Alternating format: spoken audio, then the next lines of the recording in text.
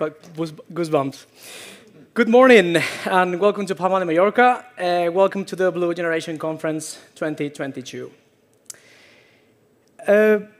Before I start, I'd like to welcome on stage Mr. Miquel Company. He's the Regional Minister of EU Funds of the Balearic Government, who will give us a welcome speech. The Minister will give a speech in Mallorquin to direct to the local people, and then I will translate into English. Thank you very much.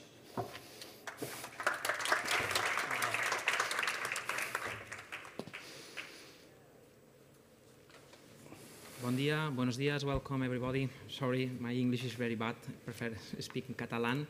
My colleagues translate to English after. Sorry. És un verdader plaer ser aquí com a representant del govern de les Illes Balears, com a conseller de Fons Europeus, Universitat i Cultura. Com ja sabeu, l'economia blava també és una de les nostres àrees i amb la que ens sentim molt compromesos en potenciar-la. Sense economia blava no hi pot haver economia verda. Per això, el projecte BlueGeneration segueix les línies d'actuació del govern de les Illes Balears en l'àmbit de l'economia blava, ja que actua en relació a les seves necessitats i té un paper d'agent continuador. L'economia blava, en context mediterrani, té per objectiu ser un estímul per modernitzar els sectors econòmics relacionats amb la mar, millorar els ecosistemes costaners i marins i conservar la biodiversitat i generar ocupació i cohesió social, en un entorn d'oportunitats relacionades amb la innovació, la digitalització, la transició energètica i la resiliència davant el canvi climàtic. L'economia blava per la Mediterrània la podem trobar a l'estratègia número 8 del nostre Pla Autonòmic, Estratègia d'Inversions Illes Balears 2030. El govern ha fet una aposta clara per definir el lideratge que ja exercien les illes en la relació a la ciència del mar en l'àmbit mediterrani. Aquesta estratègia, que té un pressupost de 182 milions d'euros, pretén un recolzament al creixement sostenible per als diferents sectors econòmics relacionats amb la mar i la recerca, la protecció dels hàbits marins, la pesca sostenible i l'aqüicultura o la biotecnologia. Alguns dels projectes que el govern balear ha posat en marxa són els següents. El pol marí és un pol d'excel·lència en investigació en ciències marines finançat amb fons FEDER i la coinversió del Consell Superior d'Investigacions Científiques, el CSIC, per la construcció d'un nou edifici en el Moll Vell, que serà la seu del Sistema d'Observació i Predicció Costaner de les Illes Balears, conegut com SOCIP. Està previst que aquest projecte, que té un pressupost de 20 milions d'euros, finalitzi el desembre del 2025. Un altre projecte que el govern vol dur a terme és l'Alcúdia Techmark, centrat en la regeneració del territori per al desenvolupament d'un nou pol transformador en l'àmbit econòmic i ambiental ubicat al nord de l'illa de Mallorca, mitjançant 4 sectors econòmics, el primari, el secundari, el terciari i el quart sector cap a la descarbonització de la mà. Té un pressupost de 94 milions d'euros, s'iniciarà el 2023 i finalitzarà aproximadament el 2026. I d'altres projectes que el govern vol posar en marxa són el Gran Blau, per l'aprofitament de l'energia marina dins l'estratègia de transició energètica i reducció de l'ús del combustible fòssil, o també el de regulació de fondejos a tot el litoral de Formentera, com també el de mobilitat alternativa marítima amb energia elèctrica o amb hidrogen, o el de sostenibilitat i resiliència marina davant l'emergència climàtica, entre d'altres. Totes aquestes línies d'actuació contribuiran a l'increment d'empreses especialitzades en la tecnologia marina, reduiran les emissions de CO2 i s'avançarà en la descarbonització del mar. Per això creiem des del govern de les Illes Balears que el projecte BlueGeneration és un projecte que s'ha de mantenir viu. Cal anar tots cap a la mateixa direcció, ja que si ho fem tindrem èxit a mitjà i llarg termini. I si no ho fem, les conseqüències poden ser molt greus. Moltíssimes gràcies a tots i que tingueu bona jornada. Enhorabona. Thank you. Well, thank you, Mr. Conseller. Thank you, Minister. Well, in a nutshell, Mr. Conseller has said that he's very glad to be here, as without the blue economy, there won't be any green economy either. The Blue Generation project is in line with the Balearic strategy for 2030, and he was mentioning some projects that the Balearic government is doing in the blue economy. And he said that if we all go together and if we all row together in the same direction, this could be a sector that can sort of modernize the Balearic and also the Mediterranean economy. Okay? Good. Thank you very much again. Up next, we have Margalida Amorós. She's the Director of Strategic Projects of the Mallorca's government, who will also would like to welcome you in our beautiful island. Margalida, please. Speak here.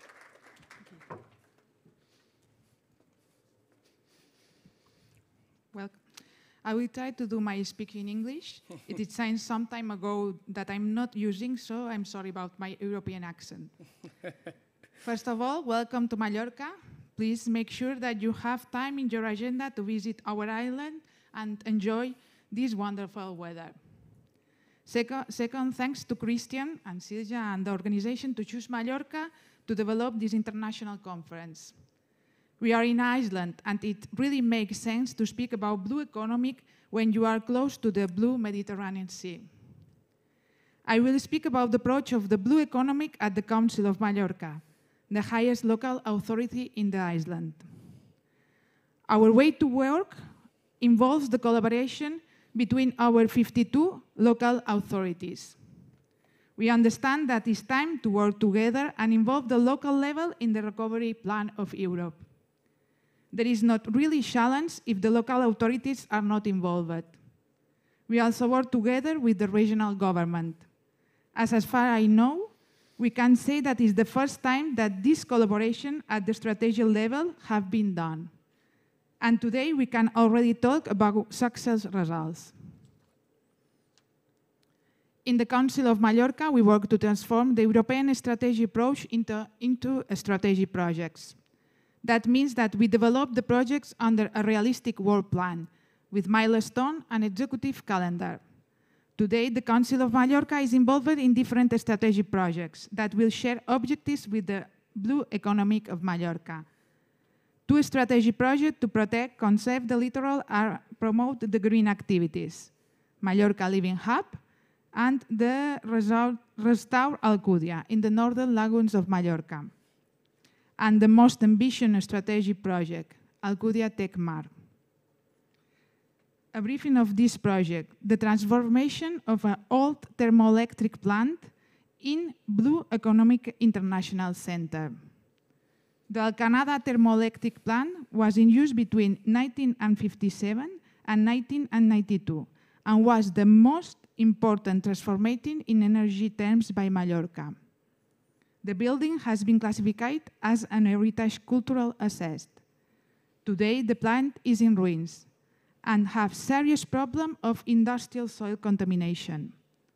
The Council of Mallorca is in the process to buy the Alcanada thermoelectric plant with 3 goals: to decontaminate the industrial soil plant, developing green infrastructure in coastal areas that will help to preserve the biodiversity of landscapes and will benefit tourism and coastal economy. Integration of sustainable development and green growth. As was in 1957, when the power plant of Alcanada was built, the city of Alcudia and the northeast north of Mallorca will benefit of Alcudia Tech Mar project. That is probably the most important challenges of recovery plan of Mallorca. For this reason, is the moment to embark the young generation into a blue career. Is the moment to foster the blue skills and capacity of the young people. Alcudia Tech Mar will need the blue careers of young generation to foster the values to sustain blue growth. Give me a chance to make a personal consideration. I'm from the Erasmus generation, and I have built my professional career under the European values, and these values have not been taught to me in any European university. The construction of the skills and capacities are the outcome results of an European strategy project, the Europeization of the higher education. So maybe it's time to make sure that the European blue economy will be developed close to the young people, to be sure that we are proposing a real challenge for them, and this will be the real success for the future generations.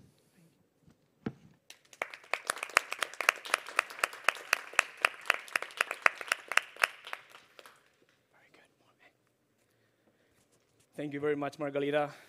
Very inspiring and really happy to see that you're doing all this work in the blue economy here on the island of Mallorca. Well, what to start? But now it is time to hear about the initiator and writer of the project, Silja Tege from CTeach, who is going to give us the welcome as well and a short summary of the project. Silja, please, the stage is yours.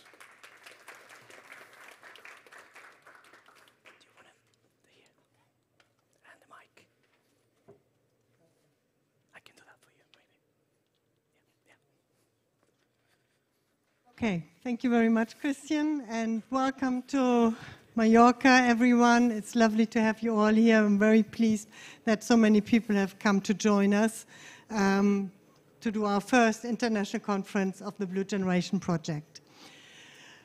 I would like to introduce a little bit the project itself. I think most of you already have heard about it, knowing what it's all about. But I think a few people are new, so I would like to give just a very short introduction. In one sentence, the Blue Generation brings together youth and the blue economy. That's the short version. We do that by inspiring young people, mainly between 15 and 29, focusing on needs, who are looking for orientation. And we are trying to tell them to keep the possibility to pursue a sustainable career in the blue economy. The perception of young people often is that the blue economy, what is that? That it's maybe fisheries, maybe being a captain on a ship. And that's where it normally stops. What we are trying to do is open their mind and show them that the blue economy has so much more to offer and contains so many different sectors. We've got them all listed here, from the tourism through the aquaculture, biotechnology. There's a lot of very new parts, ocean literacy being the newest sort of version, part of it, which we are adding to it. And the background of the project was that whilst this blue economy is growing constantly. In 2017, the European Commission predicted that of the 5.4 million jobs at that time in the blue economy, that this number will double by the year 2030. So that's a lot of jobs. And this is also confirmed by our experiences. We ourselves, we are a boating company, we are CTeach, we are Sea School. We're working in the nautical tourism sector here in Mallorca. We could see that the sector is growing, that people are asking for young people to join and for staff, looking for staff, and that often, especially on a local level, there was no staff available. Young people were not aware of the possibilities, and the weird effect it had was that it's very often the gaps were filled by foreigners, which is not really the ideal situation if on the same side you have local youth looking for jobs, trying to find a position or have an idea of the career paths. So it came that at the same time in 2017 also the EA Norway grants put out a call for youth employment, specifically aiming at needs, and I suppose most of you know what needs are. There's young people who are not in employment, education, or training. And that we found that call and thought, yes, this fits together. Let's try an application, which we did. And we found our lead partner, Militos. We found our partners, and we were thankfully successful with our application.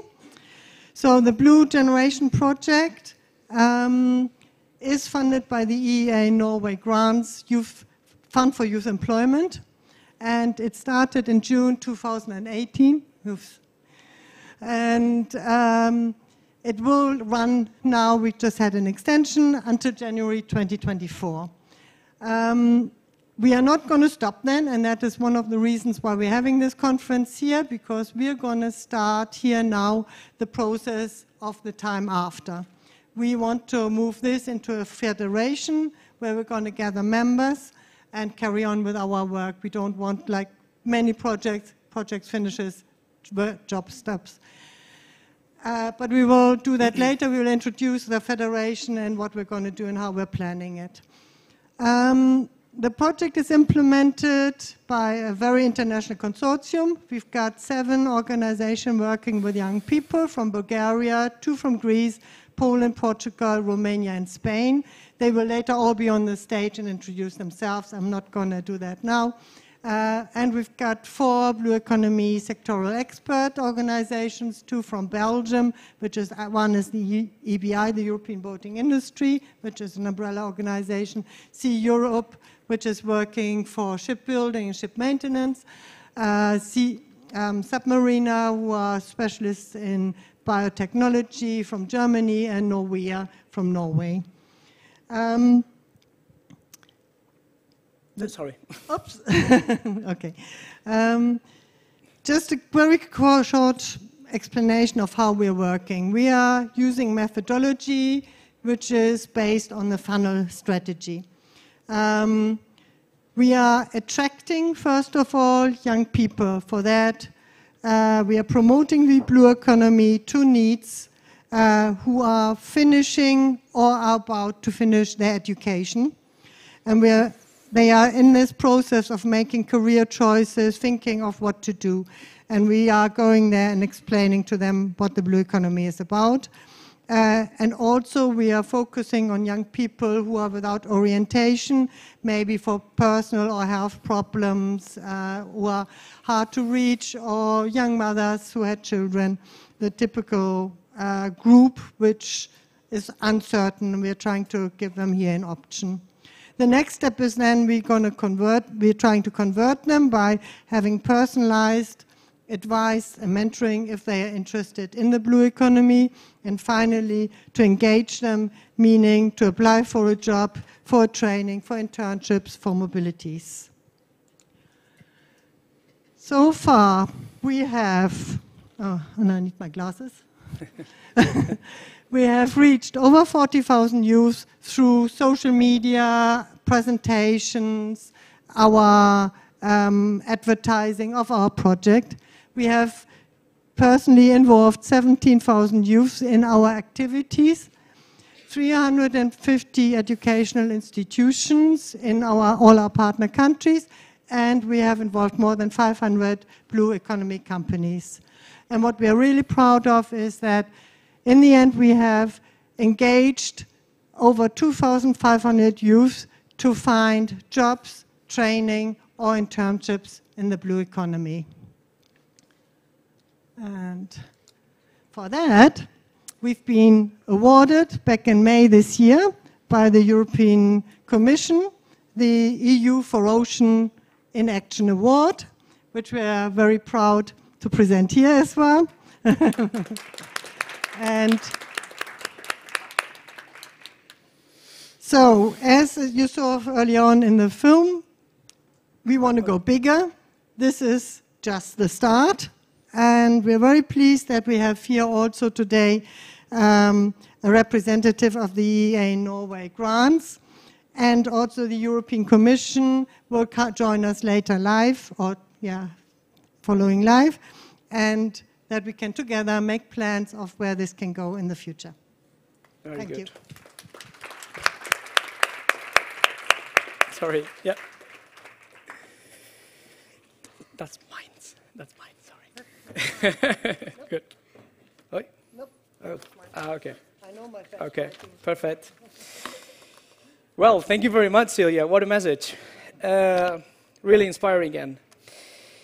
So we now heard from the BlueGeneration project, and now it's time to hear from the funding organization, of course, which is EA Norway Grants. And to do so, I would like to welcome on the stage Nora Manson who's a sector officer and the program manager on regional cooperation, inclusive and decent work, and domestic and gender-based violence at the Financial Mechanism Office. Yes? Nora? Thank you very much. Thank you and good morning, everyone.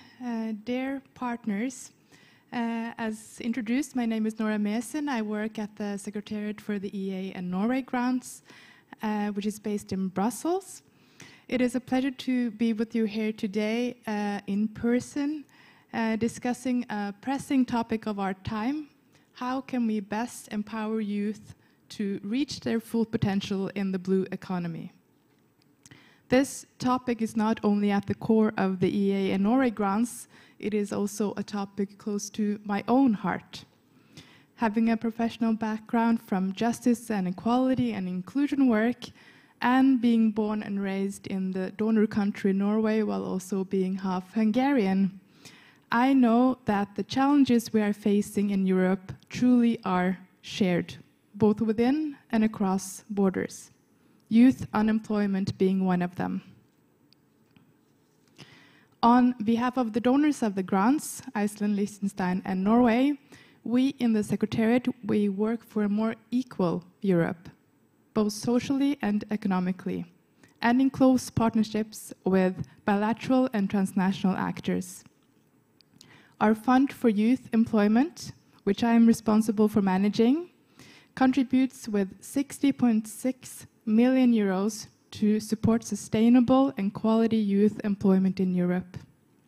And we are proud supporters of the Blue Generation project that has gathered us here today, with partners from 8 countries, including a Norwegian expertise partner. This project is truly an initiative that works to find common solutions to shared challenges. Because despite much progress in Europe, we know that gaps in social and economic development persist.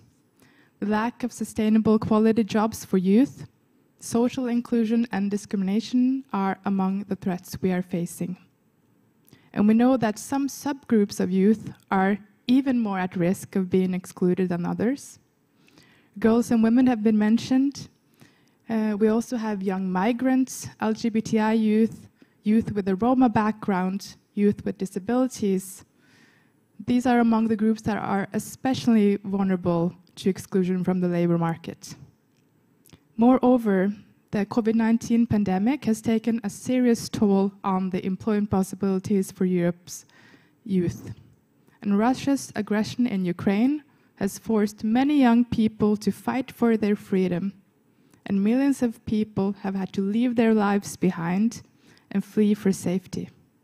Many of them young women, often with children.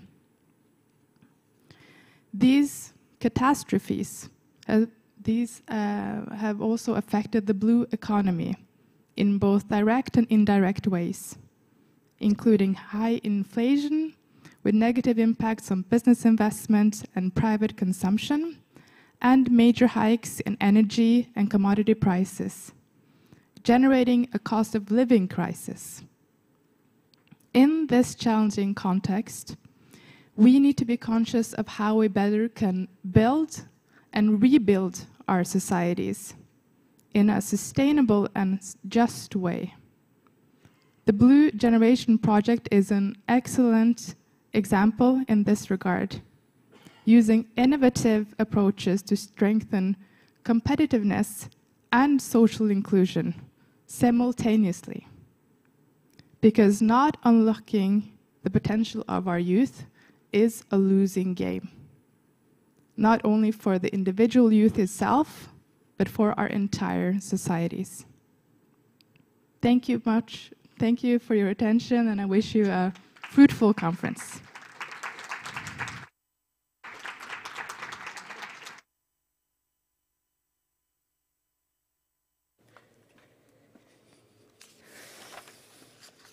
Thank you very much, Nora, one more time. Well, we've not heard from the project, we heard from the EA Norway grants, but what does the EU think about youth in the blue economy?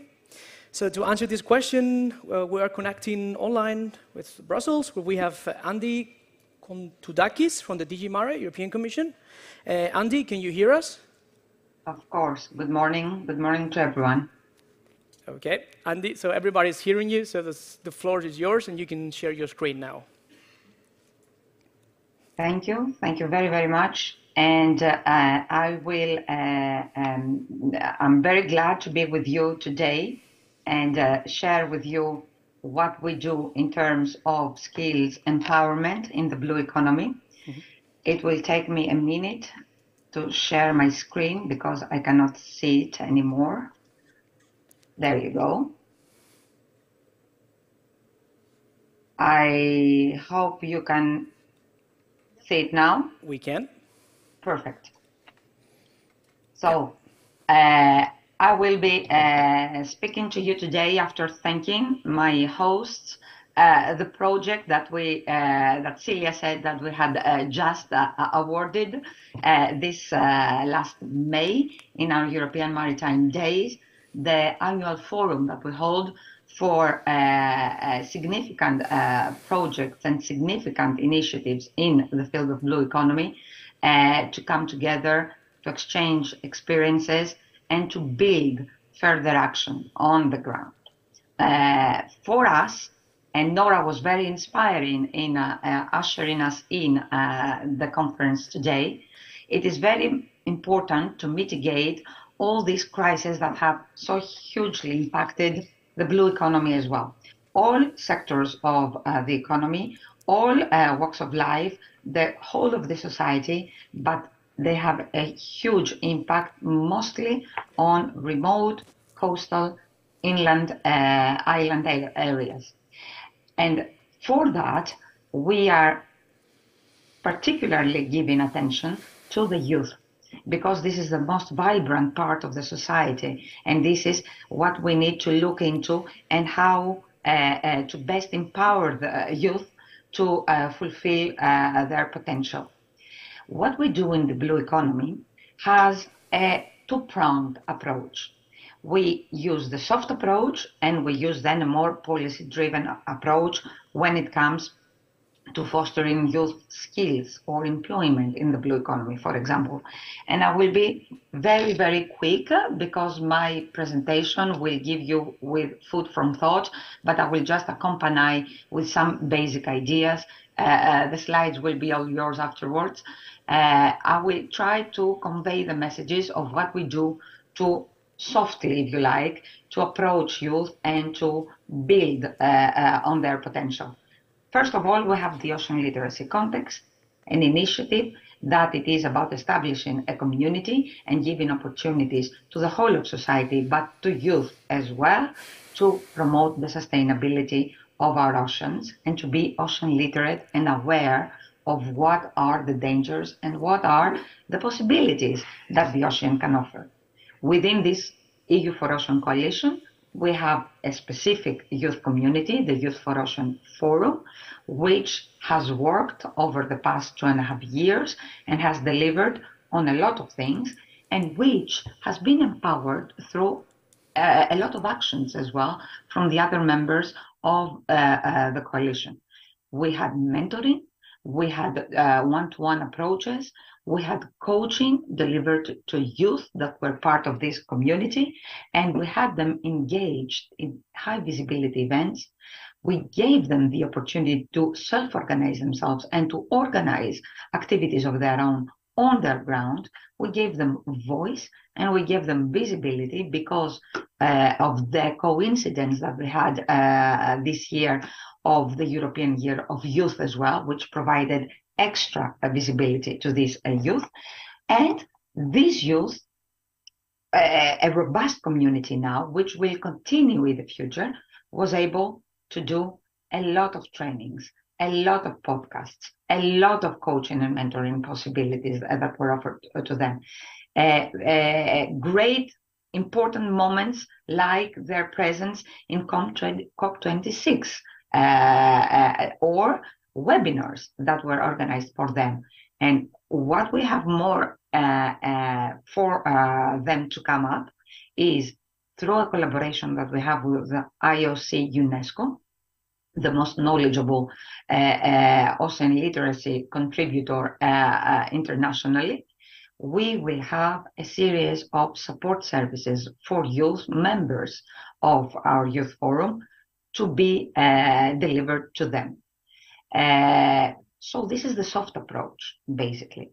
What we had in the past years organized for youth in the blue economy, and what we will honor and deliver and will continue in the future to provide to them. Youth for Ocean members or Youth for Ocean advocates, a denomination, if you like, of much more mobilized and much more active youth within this forum, will deliver for us a lot of activities in the future and will be fostered to develop their skills, to develop their social interactions, and to develop an appetite and an approach towards sea and ocean sustainability through maritime careers, through marine scientific pursuits, through actual jobs on the ground in the blue economy. This is what we want to foster through this approach. But then we have the more policy-driven approach that we follow in the blue economy, which has to do with the skills and blue careers context, if you like, where we provide jobs and training for young future professionals in the blue economy. And we have a vast array of support that we can give and through which we can deliver trainings and job support and skills support for youth in the blue economy. First of all, we have our EMFAF project, the new fund, the European Maritime Fisheries and Aquaculture Fund. Through iterative processes, we have a permanent a permanent program strand on blue careers. And we are in a very positive position, if I might say, this year again, to start a third wave of blue career calls, which will be launched anytime soon during fall, and which will grant support to a new bunch of blue career projects that comes bottom up from proposers, organizations on the ground that see the difficulties and the gaps on the ground in various sectors of the blue economy, and they propose solutions, viable solutions, solutions that will hold the course in the future as well. And this is what we're looking for through this call. What we also did, and it was particularly of interest for youth, was a blueprint on skills strategies for sectoral skills cooperation. And there we sustained in the past the MATES project, which was a skilling strategy in the maritime technology sector, in particular for the offshore renewable sector and the shipbuilding sector, where youth is what we want because we want to build this industry with youth that has those digital and green skills that we want for making the European Green Deal a reality on the ground, and fostering the competitiveness, after all, of the European economy. And through this blueprint project, we now have a large-scale partnership on the offshore renewable energy sector, where we have on the ground the industry, the service providers, the training providers, the regional authorities, and academia and other organizations pulling sources together and boosting training and jobs in this sector of the blue economy. But support to youth, to their skilling and to their upgrading of knowledge in terms of blue economy comes from a variety of other projects as well. We have Interreg, the interregional program where it dispenses support for youth and for skills development, and we have mostly Erasmus Plus, or we have a European Social Fund Plus, which are both targeted on skills development, on trainings, on career development for youth. In the blue economy as well, we foster youth development and skills development under our regional strategies. So, for example, we have the Atlantic Action Plan, and there we have a whole pillar, providing regional solutions and regional mobilization in terms of skills. And countries part of the Atlantic Action Plan, as you imagine, that would be Portugal, Spain, Ireland, France, and Belgium or the Netherlands, from the Atlantic front, countries there, participants in this maritime action, Atlantic Action Plan, can have the possibility to shape their responses in terms of skills development in this region in the blue economy. The same goes for the Union for the Mediterranean or the West Med or the outermost regions forum that we have, which all of them call on skills development and have a specific targeted, dedicated area for skills development. Same goes for the Common Maritime Agenda for the Black Sea. And like that, my point is that we're trying to foster and we're trying to implement skills policy through the regional approach that we have in the blue economy as well. I had referred, of course, to the Erasmus blueprints, which gave a huge skilling foresight on what will be ahead of us in terms of vocational education and training in certain sectors of the blue economy. We also have the Skill Sea, which is a similar blueprint that targeted and focused on skills in the maritime transport sector, mostly. And through that process of blueprints and of the Pact for Skills, we are trying to create the instances for the industry to invest in the skills that we want in the future, because we know already where these industries go, where they will go in the future, and how we need to customize the training and the workforce potential that we have, so that they can really contribute to what we want and build the economy of the future. For us also, and because of the recovery effort that we had in front of us, we have sources for skills development, especially targeting youth, under the Recovery and Resilience Facility.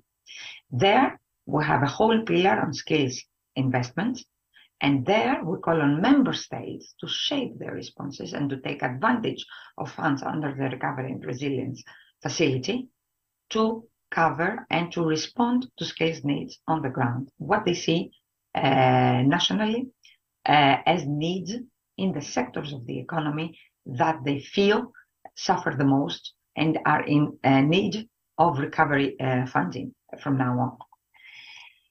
I will not go into more details. I will just highlight to you the specificities of this new Blue Careers edition, the third edition on skills development under MFOF, which will be coming upstream there. And why I'm pointing to that, basically, it is to highlight the fact that this call will be mostly geared towards youth.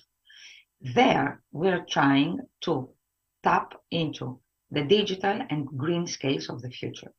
We want solutions proposed to us through this call edition to come basically on topics that have to do with interdisciplinary, transversal, technical, digital, and green skills, skills for the European Green Deal.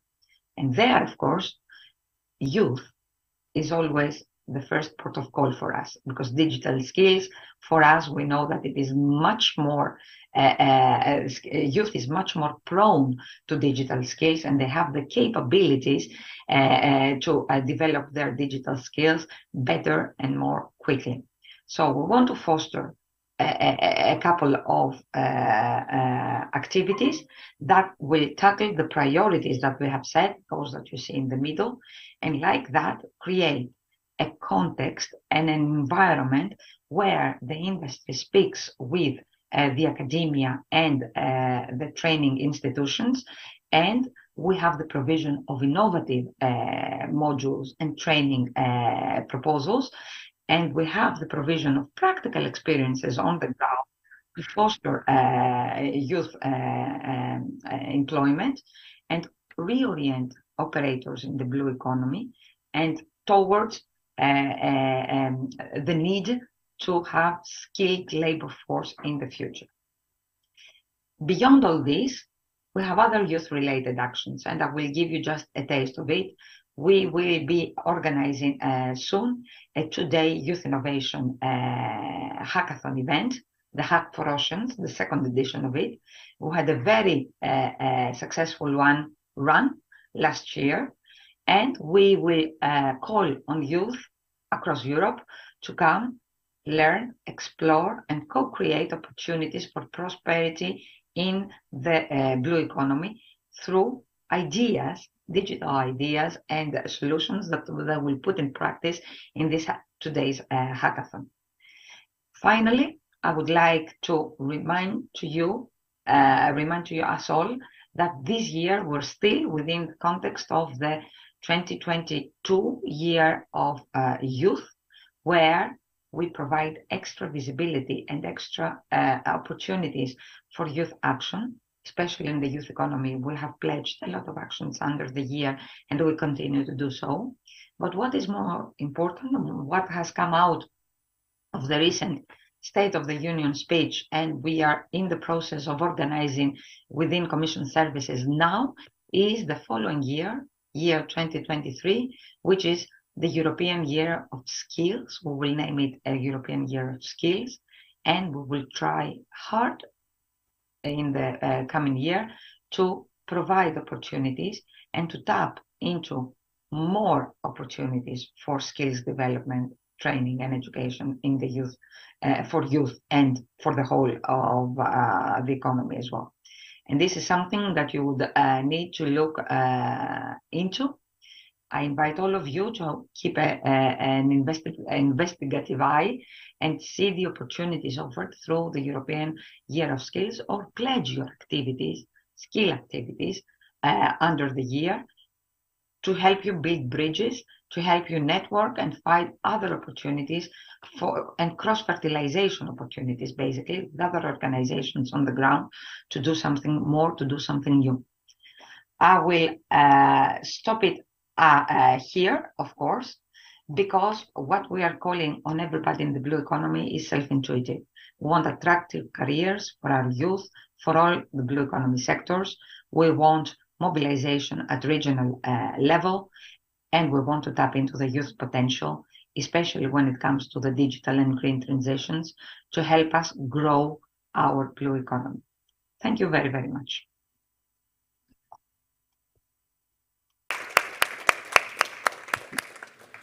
Thank you very much, Andy. It was very enriching to see all these EU initiatives and opportunities in the blue economy for youth, which of course are in line with our Blue Generation project as well. So we look forward to keep collaborating with you. And yeah, thank you very much again for your presentation. Thank you, and I wish you a nice continuation ahead. Thank you. Thank you. Well, we've now heard from these magnificent keynote speakers, and now it's time to hear from you. We wanted this conference to be as much interactive as possible, and therefore we will be using Slide Lizard, where you will be able to ask questions and make comments and answer polls during the conference. Therefore, I would like to ask you to scan the following QR code.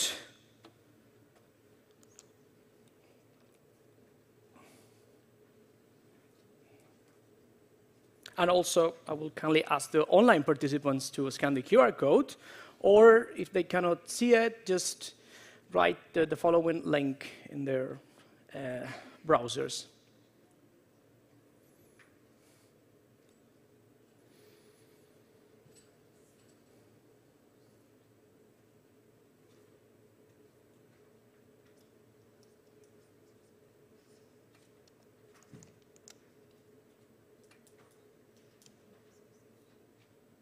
Okay?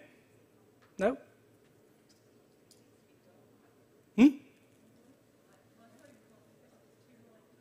Oh, it's too light.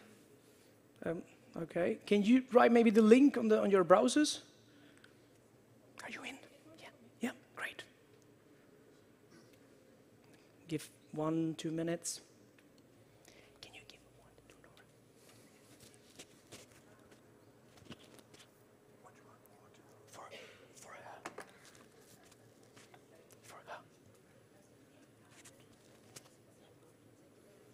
Okay. 20 seconds more.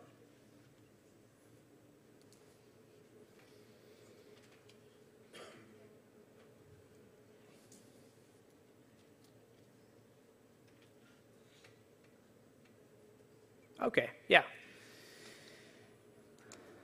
So that's what you were seeing probably on your screen. So it's a place where you can sort of have the slide presentation as well on your mobile phones, links for the BlueGeneration tools, and polls that I will just now send to you. So the first one, what do you expect from this conference?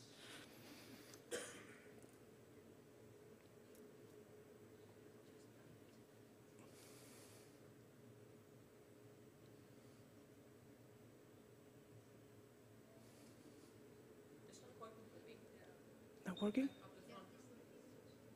Okay.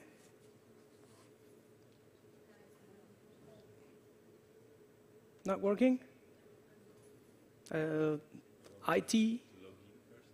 Sorry? It works for you? I think you need to log in first. Okay, so you have to log in first. Did it ask for a login?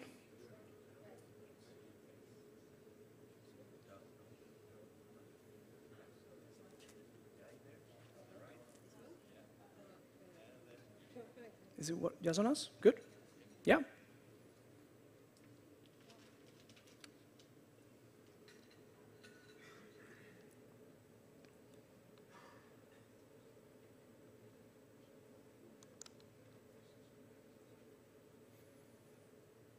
Okay, we'll give you 1-2 minutes.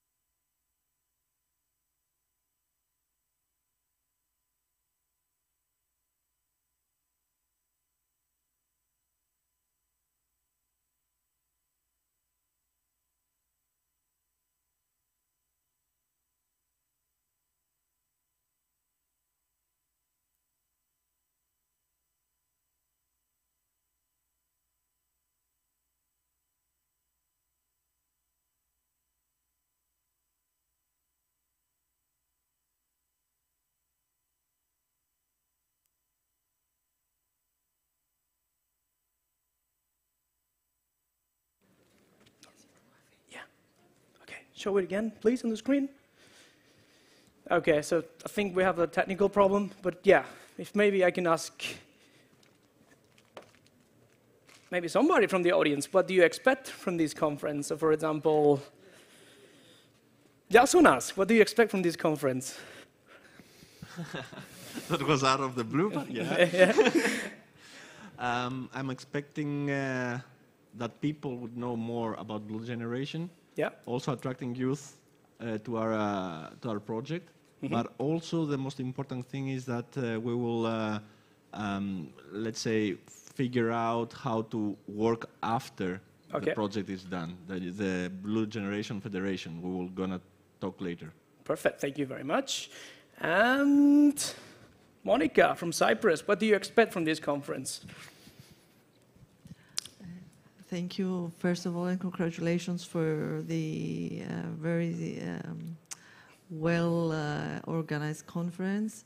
I'm expecting, because we are more or less very into it of the blue career and blue professions, would expect to see how are we going to expand our networking. And to have a concrete and based, as Ms. Kondudaki referred in her presentation, for a fruitful collaboration. Perfect. The alliances and the synergies between projects and in Blue Careers will be a very concrete and fruitful outcome for us. Thank you. Great, that's a great answer. Okay, and that was the second question. What does the blue economy mean to you? Don't overthink it, just try to be spontaneous, okay? So I might ask Philip, what does the blue economy mean to you? I knew you would pick me, Christian.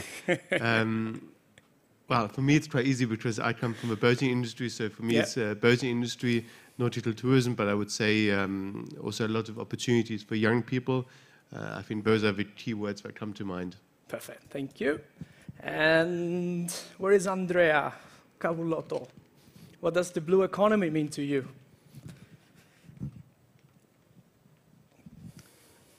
Yes, I think that the blue economy, it's an economy that will take care about the sea, so it should be also sustainable and attract a lot of people that want to have a very blue and clean sea for the future.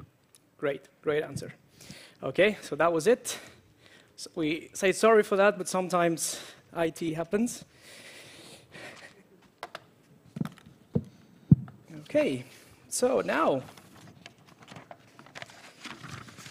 we're on schedule. Yeah, so it is time for our first panel discussion, Blue Economy Needs, Challenges and Opportunities, where we have great speakers representing different blue economy sectors. I'd like to welcome on stage Mr. Philip Ishill from EBI. Applause, please. Giuseppe Luis Pellegrini from ICM CESIC. Monia Elfasiki from Sea Europe, Italia Arbariti from Submariner Network, and Jasonas Lainos from Helmepa. Yeah. You'll get a hand. I will get a hand. Yeah.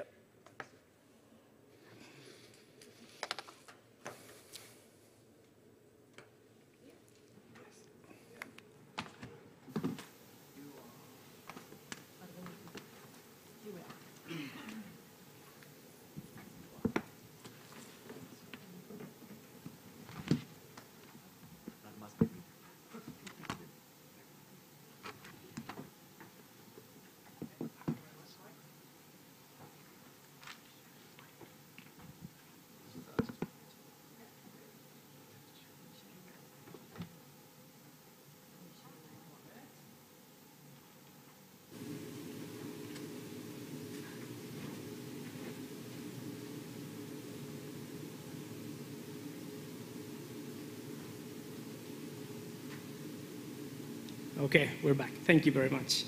Okay, so I was saying that this great panel represents different blue economy sector, and we have 4 panels. Which, yeah, maybe we'll collaborate with them in the future, yeah? So let's start with our main sector here in the Balearic Islands, which is the nautical sector, nautical tourism in this case. So we have Philip Ishill from the EBI. Philip, could you please introduce yourself briefly and the work you do at EBI? Good morning, everyone. Very nice to be here. Thank you for the invitation. So my name is Philip Ishill, and I'm the Secretary General of European Boating Industry. We have a European association representing, well, as Christian says, everything that you find here on the Balearic Islands. So we represent companies that build boats, build yachts, build jet skis, build SUPs, whatever you can find on the water that floats. That's the sort of companies that we represent. But we also represent the companies that provide services for these boats, that provide infrastructure, provide marina space. So everything in relation to boating and nautical tourism we represent. We're based in Brussels, Belgium. Our main work is to interact with people like Andy, like we heard earlier, to bring the key issues for our industry to Brussels, to the EU institutions, but to also really advance our industry. And one of our goals as EBI is to advance a sustainable boating and nautical tourism industry made in Europe. And this is something that we're quite proud of. We are an industry which is strong in Europe, made in Europe, and indeed used in Europe. So this is something that we're trying to preserve. And to do this, we need new people, we need young people to come into our industry to fill the jobs that we certainly have. Was that what you wanted? Perfect. Thank you. Okay, so if you were about to talk to some youth, that we have some youth here in the hall, what would you say that are the needs and challenges of the nautical sector? Well, when I talk to our members, to our yards, our marinas and everything, I think at the moment there are 3 big issues. The first one, the same for everyone, energy prices. Energy is a big crisis, of course. There's not much that we can do in a project to solve that, of course. The second one is supply chain shortages. So we still have the same problem for the last 2.5 years. We don't get the goods as quick as possible. We have boats which don't have engines. We have boats which don't have sails. We have some of our yards have 600 boats which are waiting for 1 or 2 parts. So that's the other big challenge, the supply chain problems. But the last problem, and it's been a problem and it's increasing as a problem, is really labor shortage. So we simply don't have enough people to work in our companies, in our yards, in the marinas. And at the same time, in fact, we are an industry which is expanding. So we have an increasing demand. We have people who want to go out on the water. This is something that is very interesting in the new type of tourism that people expect and people want nowadays. So we have a bit of an issue that we can't keep up as quickly as we would like to. So that's a sort of a barrier to growth. So very simply put, that's one of our big needs, is to get new people, to get young people, and get people with new skills and new ideas coming into our part of blue economy. Great. And if you would like, again, to talk to these young people and say, which are the opportunities of the nautical tourism sector, what would you say?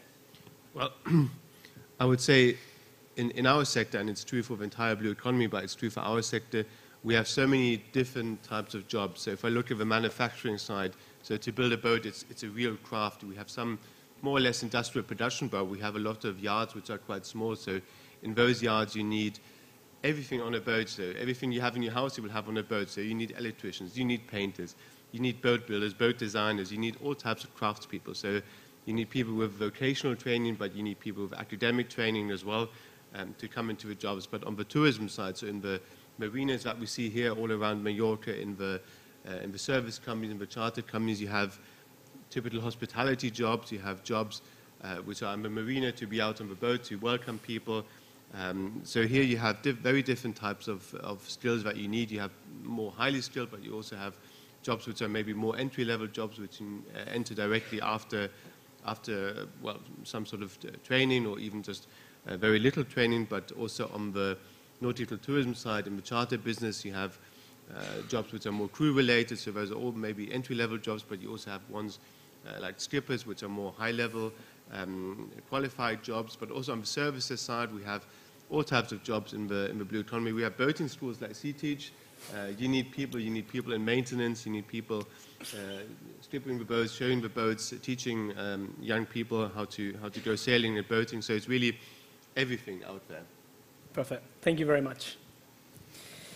Okay, up next we have Monia El-Fasiki from Sea Europe. Monia, can you please introduce yourself and with a hand mic? Introduce yourself and please explain us. I don't know. It's working, yes. Yeah. Okay. Thank you, Christian. So, yes, I'm Monia El-Fasiki from Sea Europe. I'm the manager for social, IPR, and financial affairs. So what's Sea Europe? Sea Europe is the European Shipyards and the Maritime Equipment Association. We represent the interest of the maritime technology industry at the European and international level. Sea Europe members are involved in the research, design, construction, maintenance and repair of all military and commercial ships. In Europe, we count 300 shipyards, 22,000 equipment manufacturers, and we have a production value of 130 billion per year.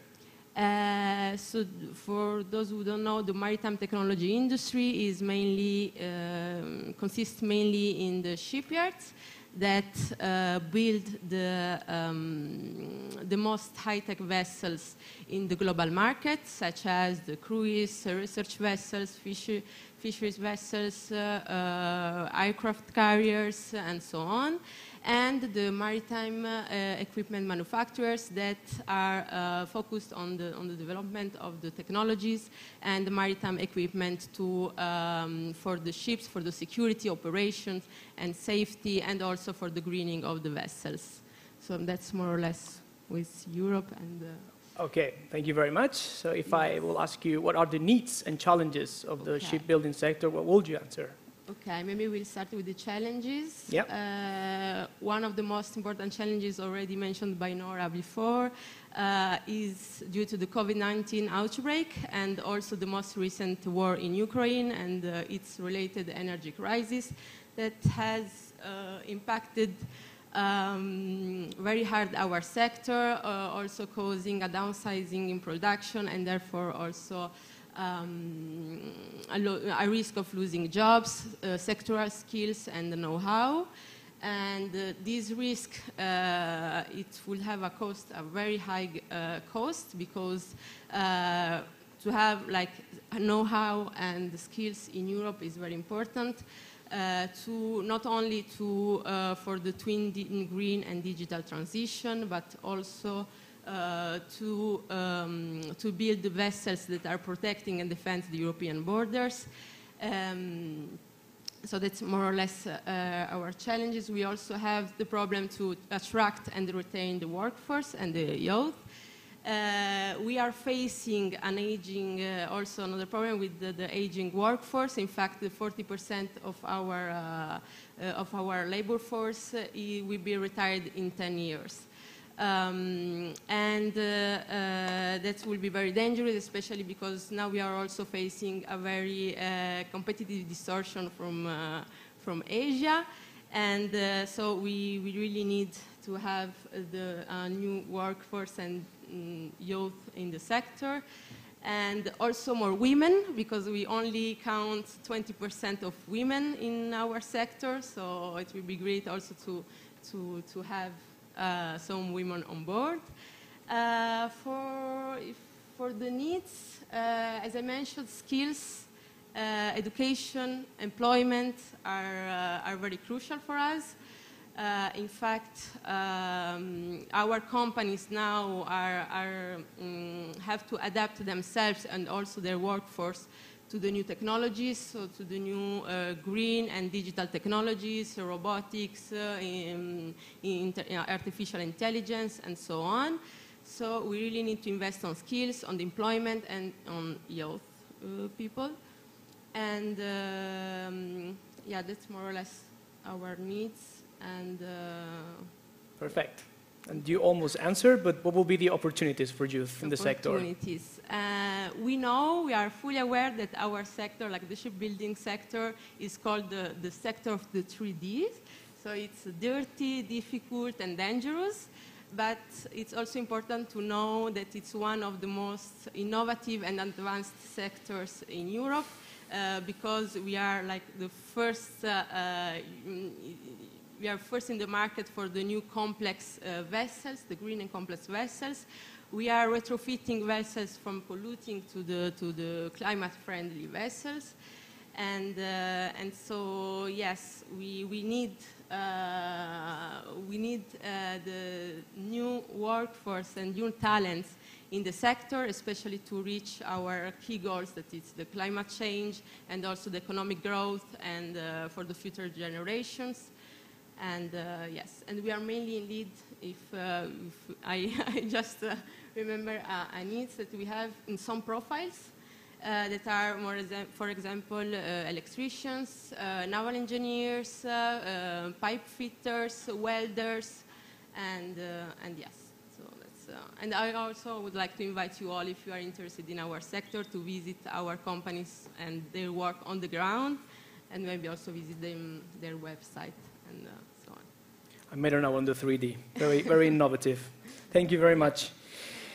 Next one, we have Italia Arbariti, if I pronounce well. Hi, Italia. Could you please introduce yourself a little bit as well and tell us a bit about Submariner Network? Hello. Thank you very much. Well, I want to thank you very much the organizers and the previous speakers for a fantastic and super inspiring event. My name is Italia Arbariti. I'm working as program manager for the Submariner Network for Blue Growth. We are a Baltic cluster, a non-profit organization of 40 members or so from the Baltic Sea region. We are promoting, together with our members that are a third government, regional local government, a third SMEs and startups, and a third research and development institutes, universities and technology parks and so on. We are building and connecting people and ideas, lobbying, and also we are taking actions for promoting sustainable and innovative uses of marine resources. So we have already working with marine biotechnology sectors. We are the bio geeks here in this group. Marine biotechnology sectors and aquaculture, and like fish, shrimp, mussels, and algae, which is a new big thing.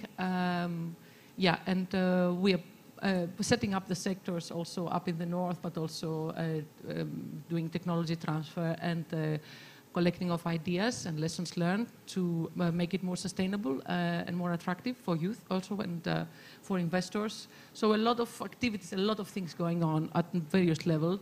A lot of transfer of research and development knowledge out of the universities and into society, bringing investors inside and also bringing the workforce, startups. I think that's it. When it is about marine biotechnology, maybe I should explain what is it about? Yes, exactly. Right. So I said that aquaculture is about fish and shrimp and mussels and oysters and so on in production. Okay, so this is very much open air, as you imagine it, but it can be also recirculating aquaculture, so it could be the blue on land, as we call it. So there is also opportunities for countries that are not having access to water to bring, to produce fish and shrimps and seafood. So this is an upcoming sector, actually, for sustainable aquaculture. When it comes to marine biotechnology, we consider it like what do you do with the blue biomass after it's coming out of the water, aquatic biomass. So it could be for production of cosmetics, for food, feed products, pharmaceuticals, sophisticated products, also replacing also old value chains, or making it more sustainable, more local. There is a demand for more local, healthy, green products from the consumers, and thereby the industry is responding to that. So there is a lot of big companies involved, big names like cosmetic companies, Rock and Biotherm and so on, Unilever, big names that make products in the market. But there's also a lot of startups involved, and this is the two ends that you see, the very big companies and the very small innovators. So this is how they, I think that's it for now. Yeah. No, I'm glad that you made this explanation, because that's what we do when we go to schools. We say, okay, do you know what is biotechnology and what is aquaculture first before presenting the opportunities, So great.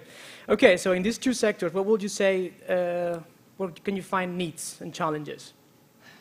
First of all, when it comes to marine biotechnology, we see algae as a very important upcoming sector. The Commission is really putting together both the algae initiative, so bringing more products from algae to the market, and bringing more species actually to the market. So we see a lot of booming at the moment. We expect to have also the algae action plan by the end of this year. So there is a trajectory for empowering from all sorts of soft measures and hard measures that Andy mentioned. So which means for microalgae production, a lot of more farms will be developed.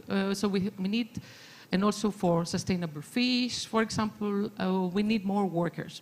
That's the first, and I have to underline that. It's a very manual work.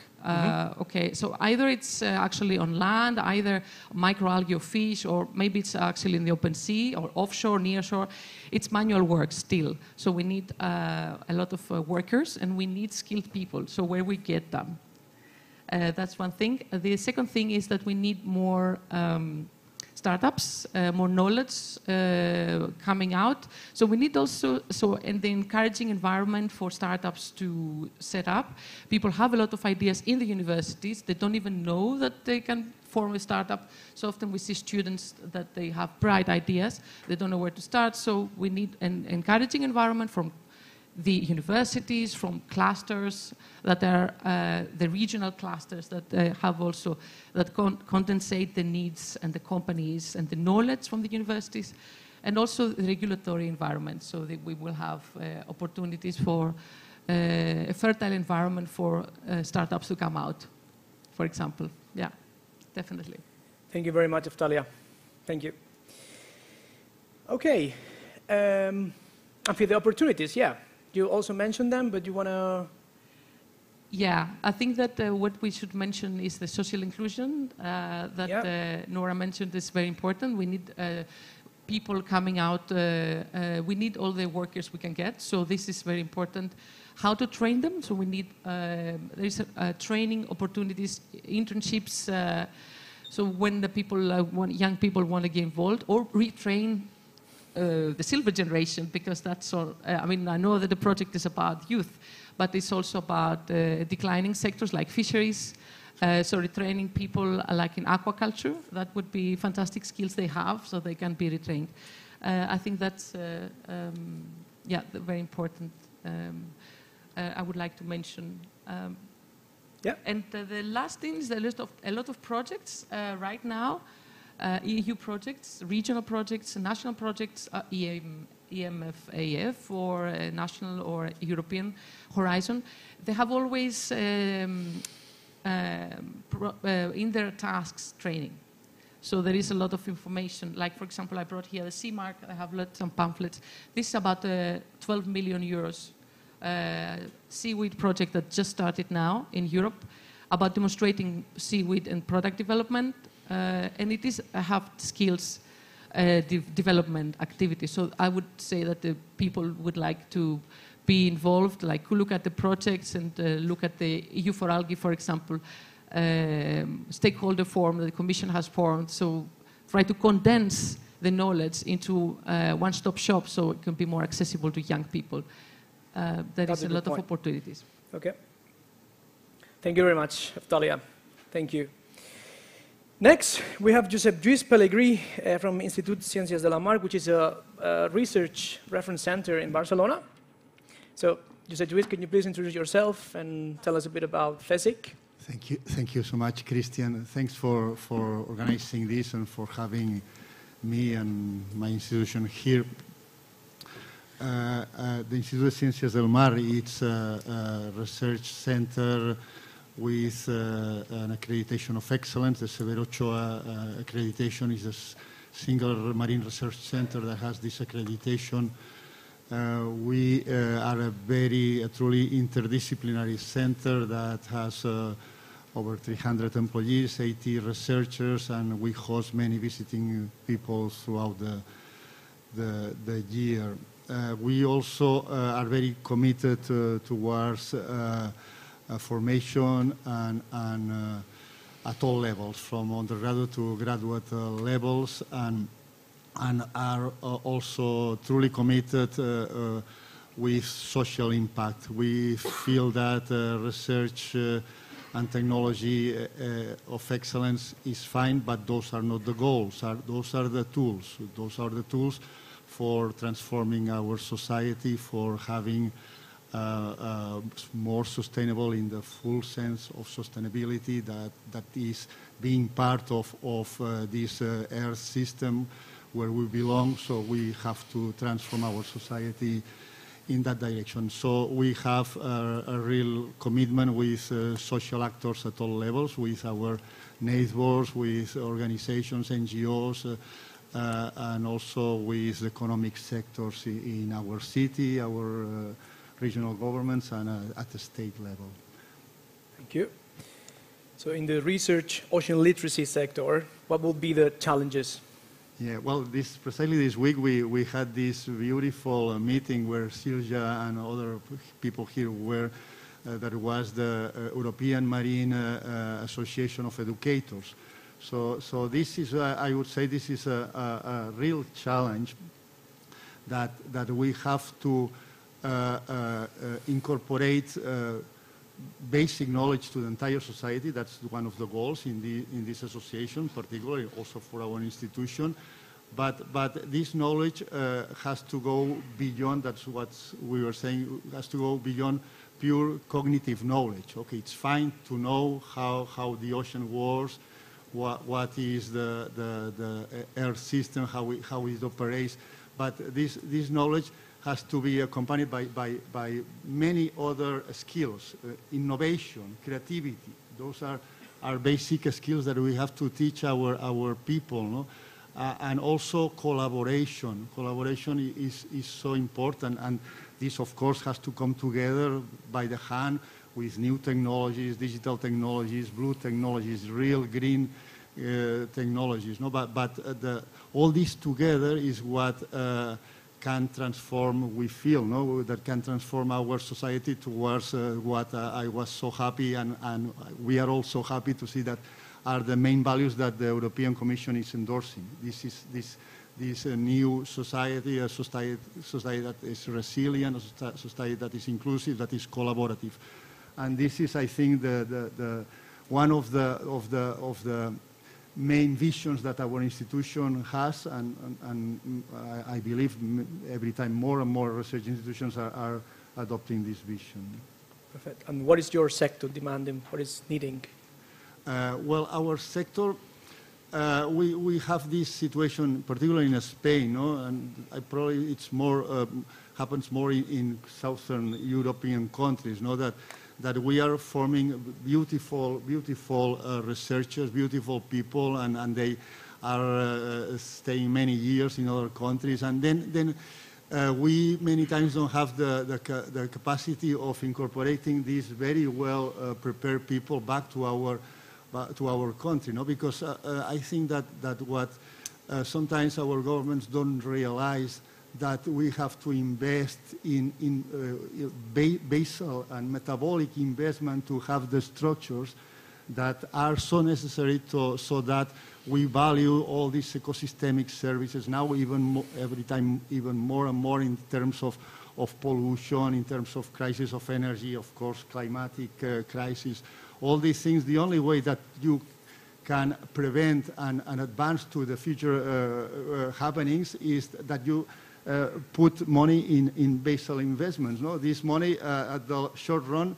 it gives you no results, but at the medium and long term is the only way to proceed. And I think this is something that still has to improve in our regional and national governments. True. Okay, and yeah, what will be the opportunities of the ocean literacy research sector? Well, I think the ocean brings this idea of something that belongs to all of us, no? And even more, we're talking these days that we are part of it. We are not the owners. We are part of this air system where the oceans and the waters are the fundamental and vital value. So I think that it brings, first of all, this opportunity of collaboration, of inclusiveness, and thinking inclusiveness not only at national or European, at the global level. No? This is so important, and this is one very first thing, and also brings all these ideas of imagination, creativeness, collaboration, all this together. It's I think in the ocean sector, and we are seeing many different perspectives, this is fundamental, no? And it's an opportunity. No? Also brings opportunities in terms of changing our style of society towards more sustainability, towards renaturalization, towards valuing the ecosystemic services that we all receive, and sometimes we ignore and just don't realize that they are there. But and I probably that's the main thing. Thanks. Thank you very much. Very inspiring, Josep. Very inspiring. Thank you. Okay, and last but not least, from shipping sector, maritime transport sector, we have Jasonas Lainos from Helmepa. Hello, Jasonas. Is it open? Yep. Yep. I'm grateful that you made that little bit mistake. You referred it to shipping. Very good. That now I have to say why. Maritime transport. Yeah. But sure. That's what I'm going to say now. Okay, perfect. Great. Sorry. A lot of people make that correlation that maritime transport is shipping. Maritime transport is something greater than shipping because it includes the maritime cluster, as we say, which is a combination of industries with a large variety, important ones, such as ports, such as P&Is, insurance companies, such as financing, such as classification societies, you name it. It's a huge variation of industries. But before that, let me introduce Helmepa. Exactly. Thank you very much. Helmepa is it far away? Oh, okay, sorry. Okay, thank you. Helmepa, I'm working as a maritime manager at Helmepa. Helmepa is a historic NGO in Greece, which is founded back in 1982. We are celebrating the 40 years anniversary this year. And the important thing is that it was founded as a common, let's say, cooperation between pioneering ship owners and seafarers. So bottom-up and top-down procedure. The goal, to save the seas and to upgrade maritime safety on board. Today, the membership status of Helmepa consists of 270 companies, shipping companies, 14,000 individual seafarers, and let's say I have the number here, yeah, almost half of the Greek-owned fleet, 2,040 vessels of all types. If you include the 250,000 volunteers all those years, you'll get the size of Helmepa. That's who we are. Mm-hmm. Thank you very much. Okay, so we're talking about maritime transport. So what will be the needs of the sector? Actually, the challenges are two, let's say, right now, the current. Shipping is also following the Paris MOU agreement to lower the emissions, the CO2 emissions. So decarbonization is one challenge. And as a tool of the decarbonization procedure, digitalization, the digital transition of the industry is the second challenge. Those two challenges, if you add a little bit the gender equality, which is a struggle for the maritime industry right now, but it's getting better and better every year, you will have the actual, there's a lot of challenges, but the actual challenges are those right now. And why do I say that? It's because they create a need. When you want to make the digital transition and the decarbonization of an industry, you need people, and you need a larger variety of background and expertise. So also I'm making an introduction about the needs. They need people. More people. Lately, the Greek shipowner community announced that only the Greek-owned shipping will be needing 3,500 new employees annually for the next 30 years. So, do the math. And also, that's only shipping.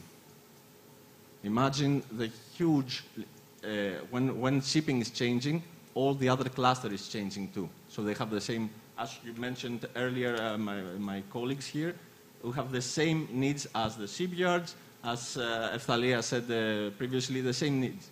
So a lot of people is going to be, we will need to include. Challenge, why there is that surplus of demand? I believe that there are two reasons. Young people don't know that much about shipping. They think that they don't know the market, and they have a wrong perspective. And I will finish now. They think about shipping as like cold, bruised people, furnishing coal in the oven, like something tough, something like it will keep you away from home for a long time. But seafarer wellness is amazing right now. There is internet, there is gaming even, whatever you want on board. It's a tough employment, but it pays good and has a lot of, let's say, advantages. Thank you very much, Yasonas. Thank you, all panelists. We don't have much time for questions, but maybe we can have only one, short one, if there's any question from the audience.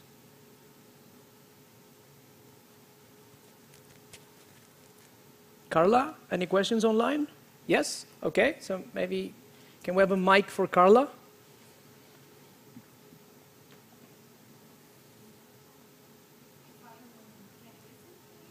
Yeah, but also so the online participants.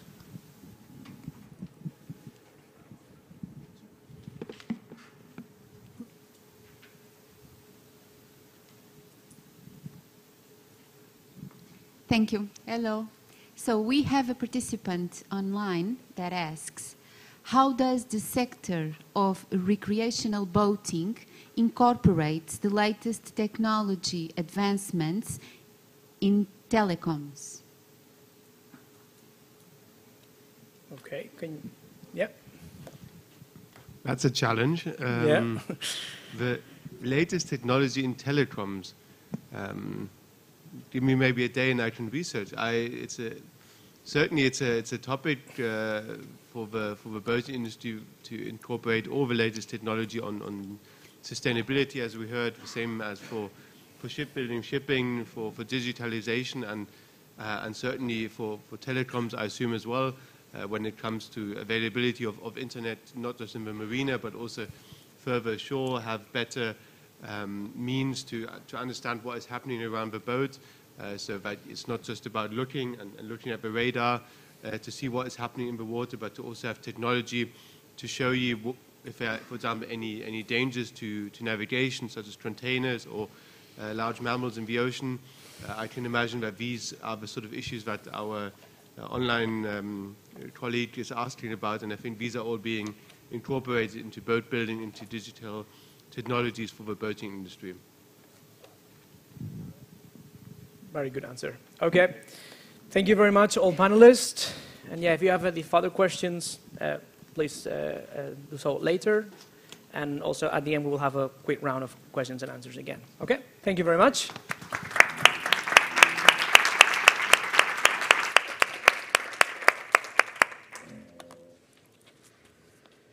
Okay, so we've now heard about opportunities and needs of the blue economy sector, but how is the youth sector doing? So to answer these questions, I would like to welcome on stage Sarah Coops from the OECD, Nicola Bridge from MC, Captain Antonio Padron from the International Maritime Organization and the Spanish Ministry of Transport, Lorena Herrero from GREC, and Montserrat Ross from GREC as well.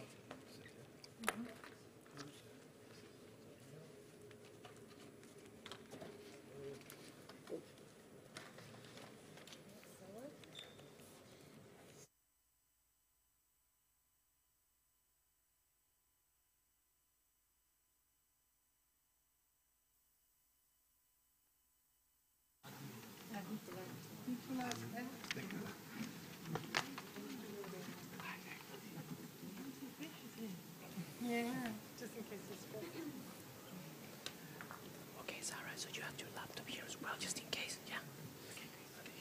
Yeah, thank you. Thank you.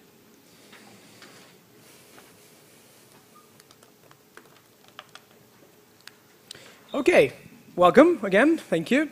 So we will start the second panel with an EU-wide vision. Therefore, I would like to start with Sarah Coops from the OECD, who is the labor market economist at the Social Policy Division, correct?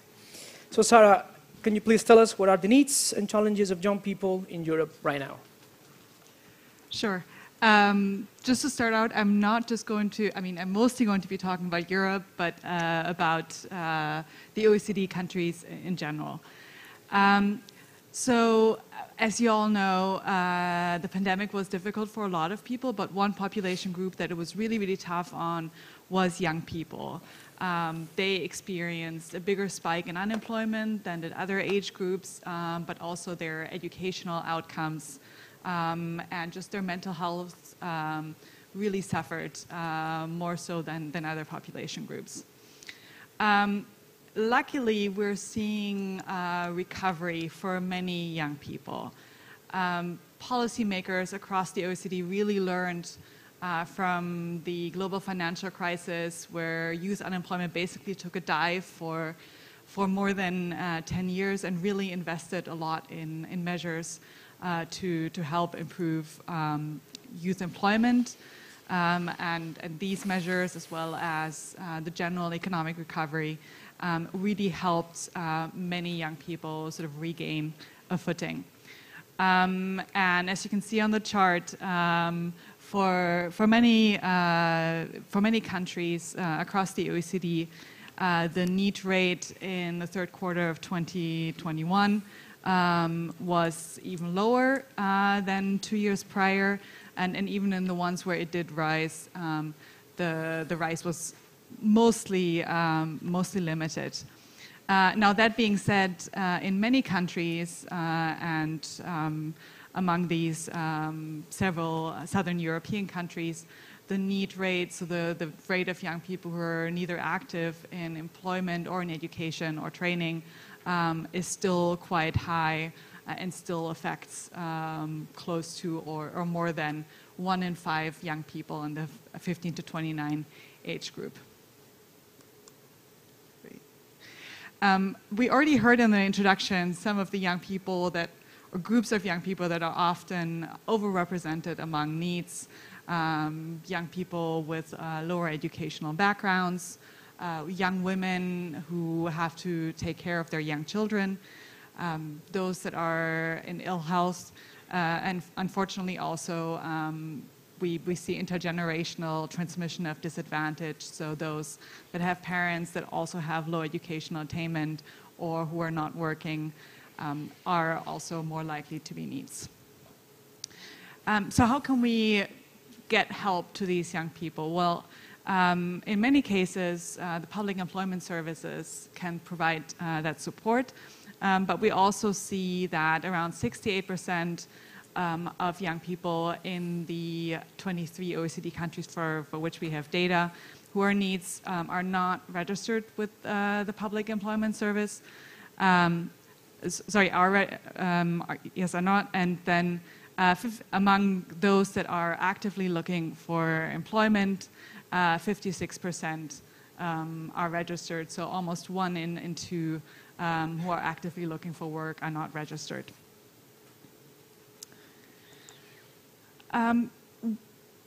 So what can countries do? Well, we're seeing that one area in which countries are investing more is career education and counseling. And yet, when we look at 15-year-olds, so these are young people who participate in the PISA study, about 1/4 have no idea of what they want to do at age 30, which might not be that surprising, but also about 4 out of 10 boys and 5 out of 10 girls on average across these countries name one of 10 most cited professions as the profession they think they will have at age 30. You might say this doesn't matter, they're 15, I didn't know what I wanted to do at 15, it's quite normal. But not having any idea of what you want to do, or really focusing on the 10 most common professions, really narrows down your options, and it can mean that you take educational decisions that sort of narrow your future options. And we see from studies that these young people have worse outcomes once they sort of reach their mid-20s than other young people do. Schools are doing a lot to increase knowledge about different career options, but it's very difficult because there's so many different options out there. So, I mean, that's why I was very happy to be invited to this conference to learn about what one particular sector is doing to change this, and I think I was very happy to see the career guide of BlueGeneration, because I really think it brings out sort of one way of how can you communicate sort of this breadth of different options to young people. So, thank you. Thank you.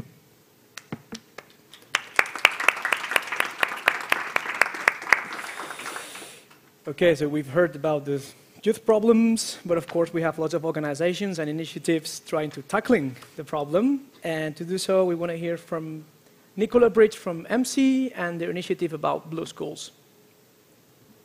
Thank you very much. Hello, everybody. Yes, I'm Nicola Bridge from the European Marine Science Educators Association.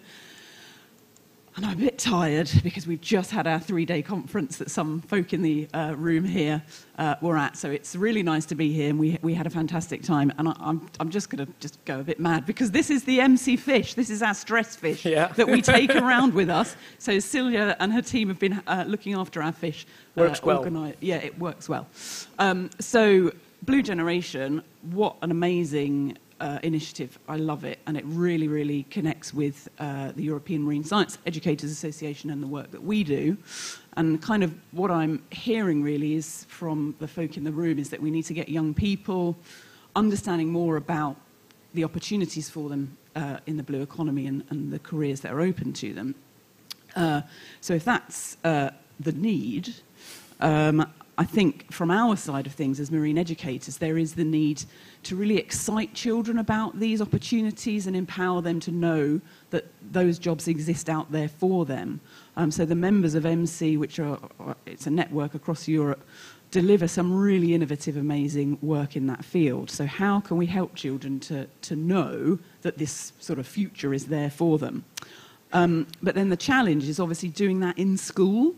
Silja showed the funnel, attracting them, getting them interested, and then, some of them pop out the end with a job.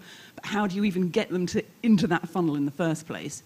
So actually, that is something that can happen at school, but I'm sure many of you might be aware that there's a lack across Europe of ocean topics in curriculums. There's a lack of teacher training, and not to be sort of rude, but potentially the ability of teachers to teach about the ocean, and then just generally the school environment. So an opportunity to sort this out is the amazing Network of European Blue Schools project, funded by DJ Mare, an initiative of the EU for Ocean Coalition.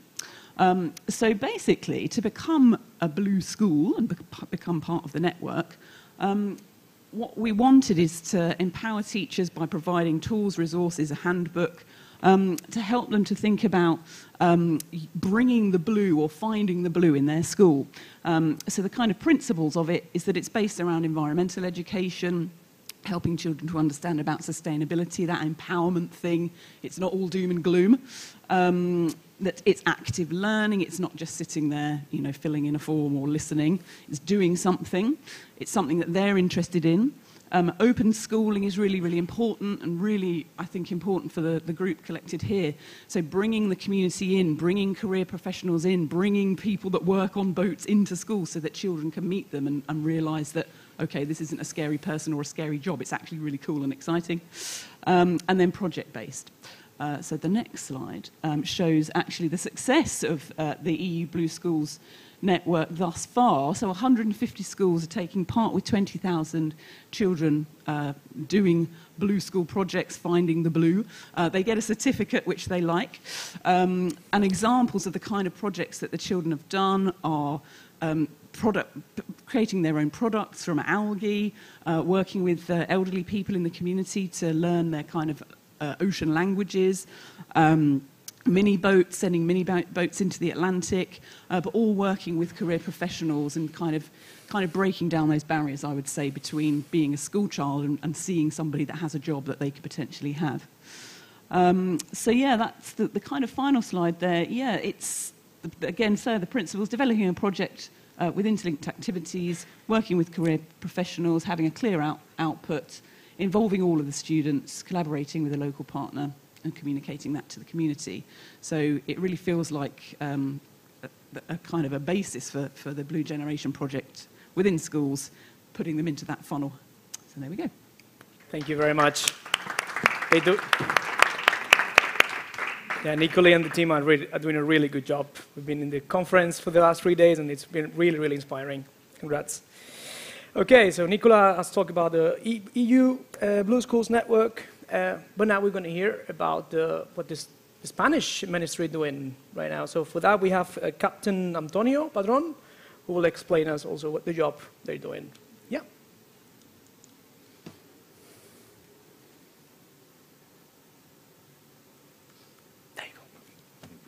welcome.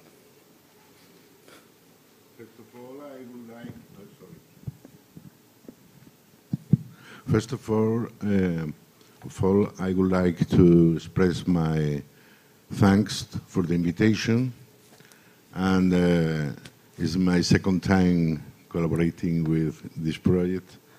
I am very proud about that. And I would like to say 3 short things before I start my short conference.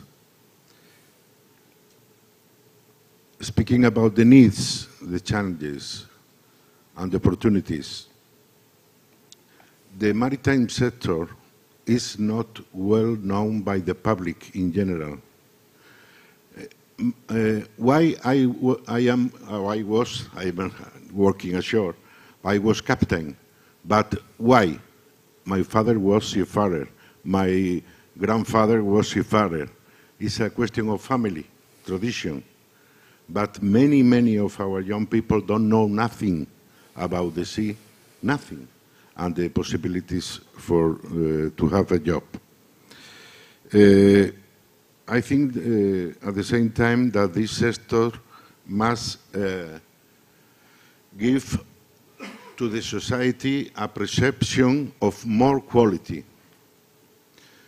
If we think on airplanes, airports, we think in high quality, but it is not the same in maritime sector.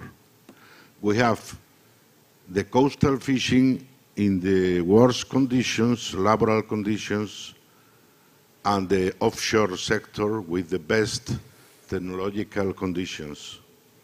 A salary of a seafarer on the fishing sector here in this port may be 1,000 euros per month. And he is a lucky fisherman. And if a captain of the oil rig in the offshore sector wins about 30,000 euros, dollars per month.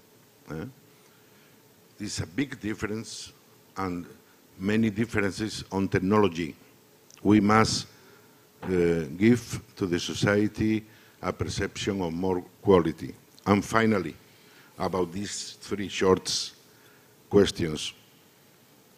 In the maritime sector, according with the studies, the last studies, only 2% of women are working. Only 2%.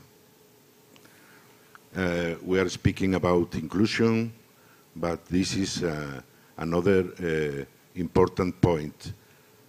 On this conference, I am very happy because we have 2% of men. This is very good. This is very good. The maritime transport, as you know, the importance of this transport. More than the 80% of global trade is carried by sea. More than 75,000 merchant ships are involved in international trade. These are ships of international trade, but in general, in our world, there are about 200,000 ships sailing. More than 2 million of seafarers on the international trade, and more than 20 million of indirect employments. The opportunities for the young people are here because this industry is in permanent growing. If we must send foods, clothes, medicines to all the people of this planet, we need the maritime transport. There are many merchandises that cannot be transported with other systems. For example, in Europe, we need the capper. The capper comes here from many places, mainly from Chile in South America. It's impossible to bring the capper by truck. The only way is by ship. then if we want to live with this level of society and economy, we need the maritime transport. The fleet, not understanding, the fleet is growing very, very fast, but the training and availability of seafarers is limited. I am working too on the ISO working group, TC8, about ships and marine technology, and we finish our works for a new standard about the guide for the maritime career for seafarers who, after some years at sea, they want to work ashore in all of these different types of occupations, maybe pilotage, maybe marine insurance, marine economy, port state control inspections, flag state control inspections, many you can see on the slide. On 2015, I was designated IMO Maritime Ambassador. This is a program of United Nations, and now there is IMO Goodwill Maritime Ambassadors. It's the same of Angelina Jolie, but with many differences, of course. But it's the same program of United Nations. What is an IMO ambassador? It's an advocate, a spokesman for the maritime professions. It's directly connected with the targets of this project. IMO ambassadors must share their passion mainly with the young people. And the target is to engage young people to consider a maritime career at sea or ashore in the sector. Oh, sorry. Can you? Yep. The one before.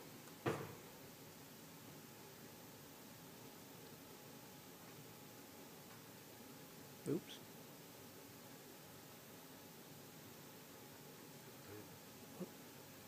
Okay. One before. Okay. Yep. Okay. And when I was designated as ambassador, I think I do not want to be a pot of flower on this activity. I want to make something real, help to young people, and this is my priority. The maritime education is regulated internationally. It's different to many others at the professions. Maybe that airplane pilots have the same international regulation, but the seafarers, a Spanish captain can navigate on any other flag of the world. Yeah. Then, when a young cadet, we call them cadet students, would finish the studies, they need internationally regulation 12 months on a ship as cadet. It's a training period. But today it's very, very difficult to meet ships for this compulsory period.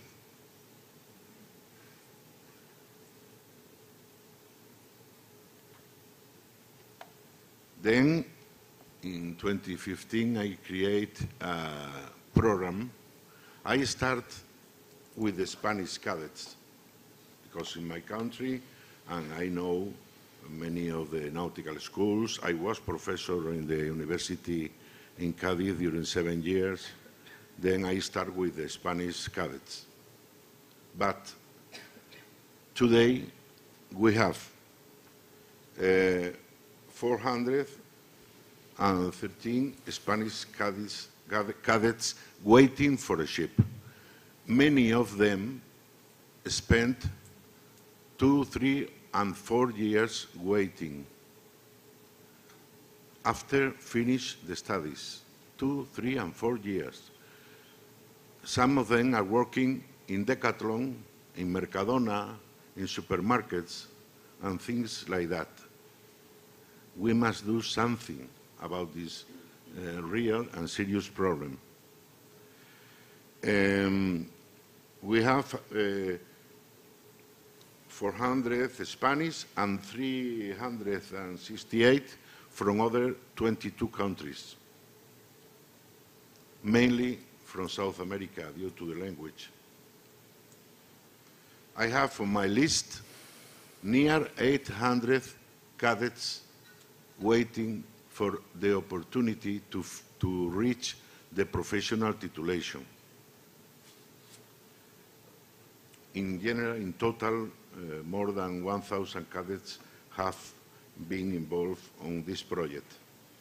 We have 150 collaborating entities from 21 different countries, mainly universities, training centers, ship owners, operators, maritime companies, ship agents, harbor pilots, etc.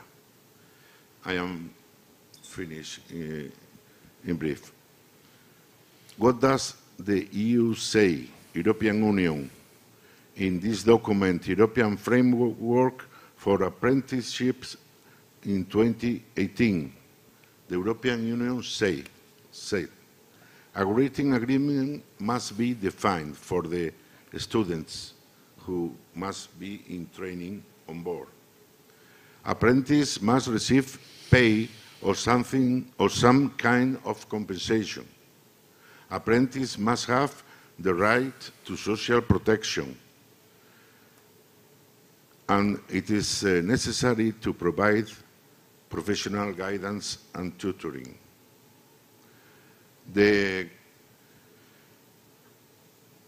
European Community Ship Owners Association, in other document in 2018, said this: it's necessary to give support for the training of seafarers and their internships, compulsory internships.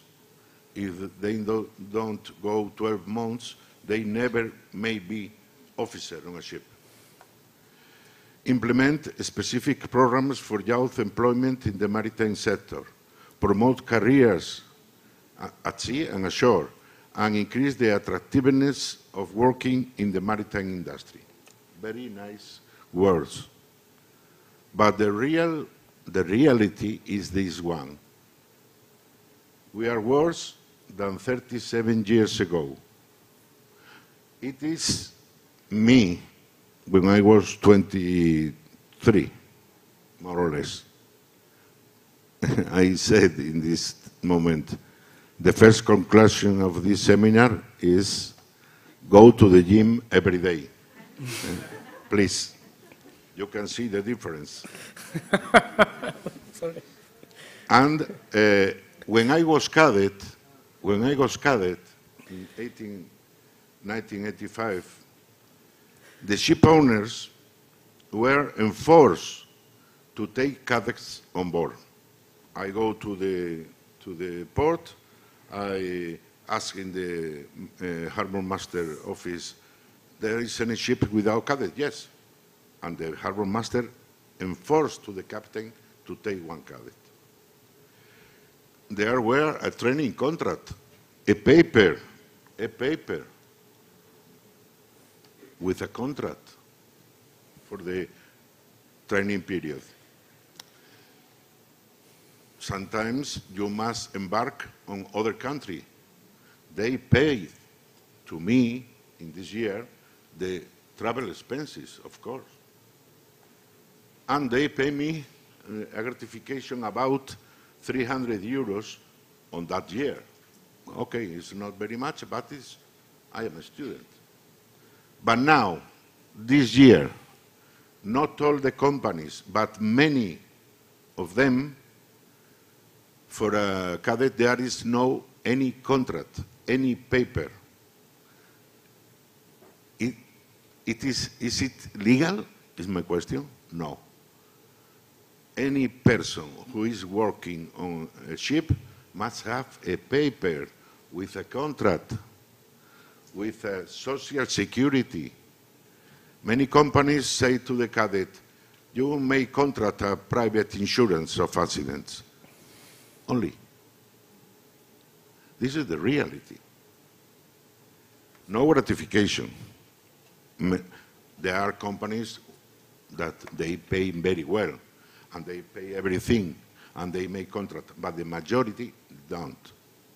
Okay, Antonio, we have to be brief now, because the other speakers have to speak too. Yeah, I am finished. Okay, great. And no payment. I know two companies that they say to the cadet, you must pay the food when you are on board. Terrible. Terrible. Finally, I can give you this good news that in Spain, since 1 month ago, it's compulsory that a cadet on a ship has a written contract, compulsory, and or a written agreement with the universities, one of them. And there will be the next year a budget of 1 million euros for help to the companies and to the cadets to make this training. Sorry. And this is my presentation. If you have any question, I am to your disposal. Thank you very much. Thank you very much, Antonio. You're doing a great job with the cadets. Thank you. Okay, so the blue economy is a very inclusive sector, and in the Blue Generation project, we collaborate with many social inclusion organizations. And today we brought you two, which is Provence and Greg. Okay, so we will start with Montse Ros from Provence. Hola. Yeah. Okay. So first of all, also thanks for the invitation to this conference. Yes, I'm Montse Ros. I'm the president of Provence. Provence is a private non-profit organization that is located in Barcelona and also here in Mallorca, in Inca, with around 39 years of experience, and here in Mallorca more than 25. We work with people. Our main goal is to facilitate or improve the social and laboral insertion of people with less opportunities.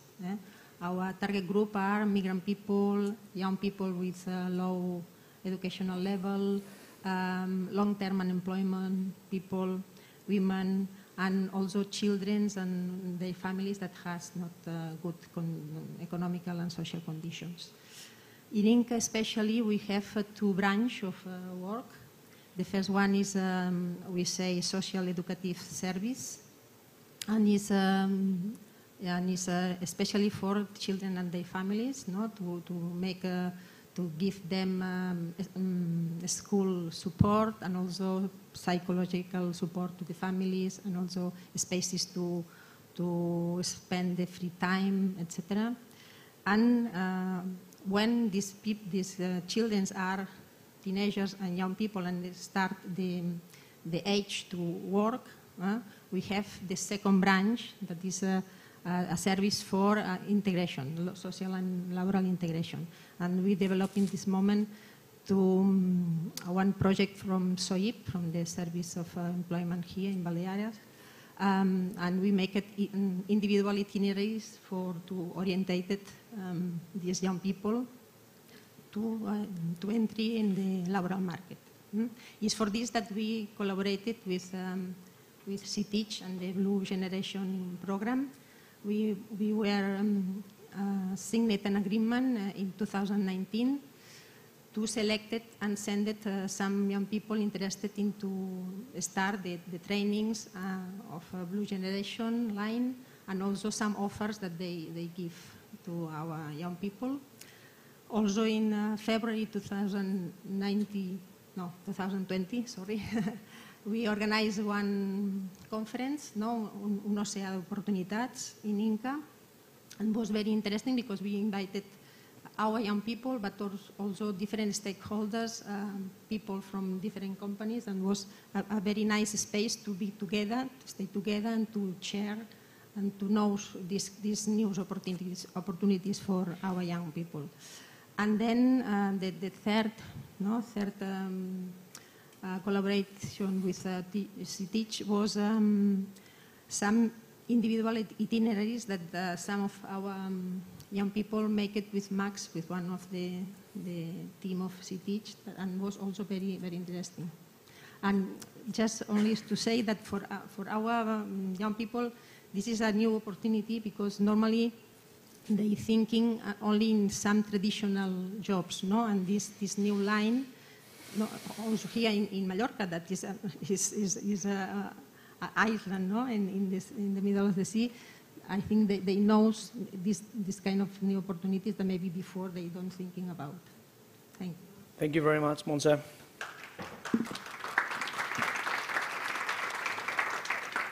Yeah, as Montse was saying, we've been collaborating with them for the last 3 years, and they have a really great team in Inca and also in Barcelona. Okay, so last but not least, we have Lorena Herrero from GREC, which is another inclusion center, and Lorena will speak in Spanish, and I will translate into English in the end. Okay, so Lorena. Thank you. ¿Quieres que lo resuma todo en lugar de hacer 2 preguntas? Lo digo por la hora. Sí, vale, sí. Vale. Bueno, buenos días. Siento no hacerlo en inglés, pero consideré que mi nivel de inglés no daba para la ocasión, entonces Cristian me ayuda. Yo soy Lorena Herrero, soy directora de programas en el GREC. El GREC, os comento un poco, el GREC es una asociación sin ánimo de lucro que lleva trabajando desde el 87, si no lo digo mal, y actualmente somos más de 150 trabajadores. Estamos situados en Islas Baleares, no tenemos más allá de las islas. Y bueno, comentaros, el GREC se dedica a realizar un trabajo socioeducativo con colectivos que están en situación de vulnerabilidad o de exclusión social. La finalidad que tenemos es facilitar procesos de inclusión, sobre todo mejorando la calidad de vida de esas personas que están en esa situación de vulnerabilidad y la autonomía. Y por otra parte también realizando acciones a nivel comunitario para que esa inclusión sea posible, porque no va solo por una de las partes. El cómo hacemos nuestro trabajo o que nos centramos en el acompañamiento, en la relación educativa o en establecer nexos con la comunidad, no os lo cuento porque ya no hay tiempo. Así que voy directa a comentaros que el GREC tiene diferentes programas según diferentes colectivos. Trabajamos con programas hacia la ocupación, por ejemplo, de población penitenciaria, trabajamos con familias, con menores, con discapacidad como problemática de salud mental, personas mayores, intervención comunitaria en barrios y pueblos, y dentro de todos esos programas está el programa de emancipación.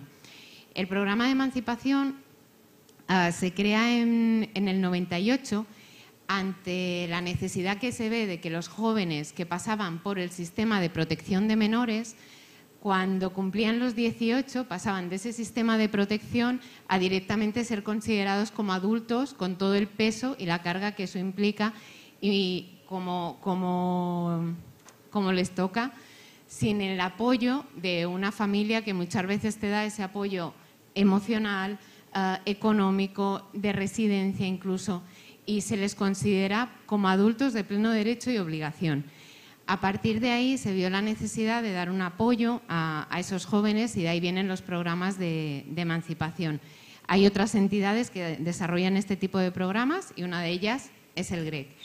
El programa del GREC tiene una parte de acompañamiento y una parte de vivienda para algunos de nuestros jóvenes y básicamente supone ofrecer a esos jóvenes el acompañamiento de un educador que les va acompañando en ese proceso de autonomía, de maduración.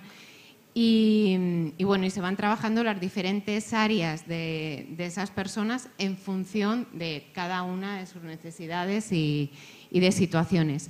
Actualmente, para que os hagáis una idea, en el 2021 trabajamos con 191 jóvenes en el servicio de acompañamiento y 46 en el servicio de vivienda. Y ya con respecto al motivo por el que estoy aquí, el GREC colabora con CITECH y BlueGeneration en la formación de algunos de nuestros jóvenes. Como os decía antes, nuestro trabajo es ese, ¿no? El estar al lado, el acompañar a esos jóvenes en el proceso de capacitarse, por decirlo de alguna manera, y eso implica como dos direcciones, o al menos se puede entender así. Por una parte, es una mirada hacia adentro de los jóvenes con los que trabajamos, conocer sus potencialidades, no tanto las limitaciones, sino las destrezas, los intereses, las potencialidades que tienen. Y por otra parte, hay otra dirección que es como hacia afuera, ¿no? Y es ver las oportunidades que el entorno más cercano de esos jóvenes nos ofrece. Y ahí entra pues, la oportunidad de Blue Generation o la oportunidad azul. ¿Qué nos ofrece esta oportunidad? Y esto sí que os lo digo, que no me quiero olvidar de nada. Por una parte, es la oportunidad, o nos ha ofrecido la oportunidad de aprender a trabajar, de que los jóvenes con los que trabajamos en el día a día tengan un espacio donde no solo aprender un oficio, sino aprender el valor, la responsabilidad, lo que supone el trabajar. Aprenden un oficio que, como aquí se ha estado comentando durante toda la mañana, de mucho interés, tanto para un futuro como para un presente, porque es un oficio que además les genera mucha motivación. Además es un sector con muchas opciones laborales y es un sector, y eso lo quiero destacar, con diferentes opciones para diferentes destrezas o diferentes perfiles. Y eso para los chicos y chicas con los que trabajamos es importante. No todo el mundo tiene que ir pues, o a los mismos trabajos o a tener las mismas destrezas que a lo mejor supone, por ejemplo, el sector de servicios o ser camarero o ser... Ofrece diferentes perfiles. Después también hay una parte de motivar hacia la formación, no solo hacia seguirse formando en este ámbito, sino en otros ámbitos. La colaboración con CITECH ha hecho que jóvenes vean que no solo son buenos en ese oficio concreto, sino también en formarse y en crecer en conocimientos, sea de los que sean.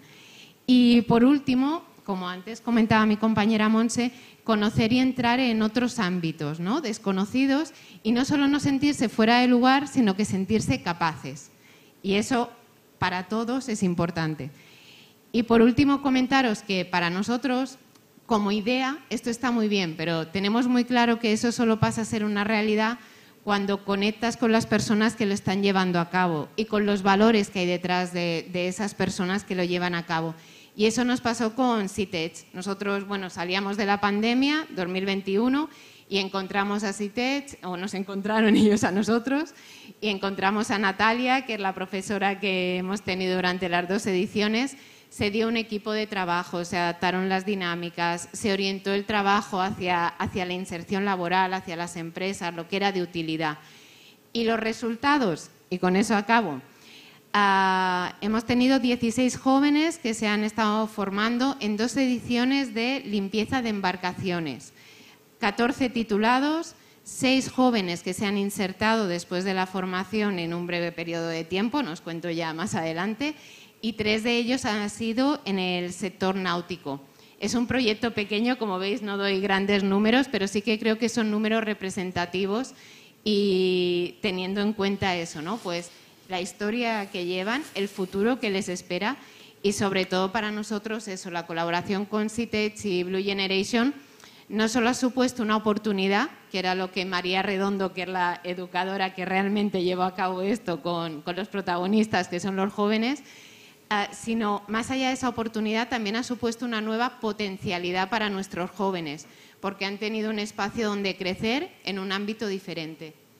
Y hasta ahí. Muy bien. Muchas gracias. Okay, I will try to be brief because we all want to go for coffee, but her message was very nice and very inspiring. So GREC is an NGO that started running in 1987 and accounts with more than 150 employees.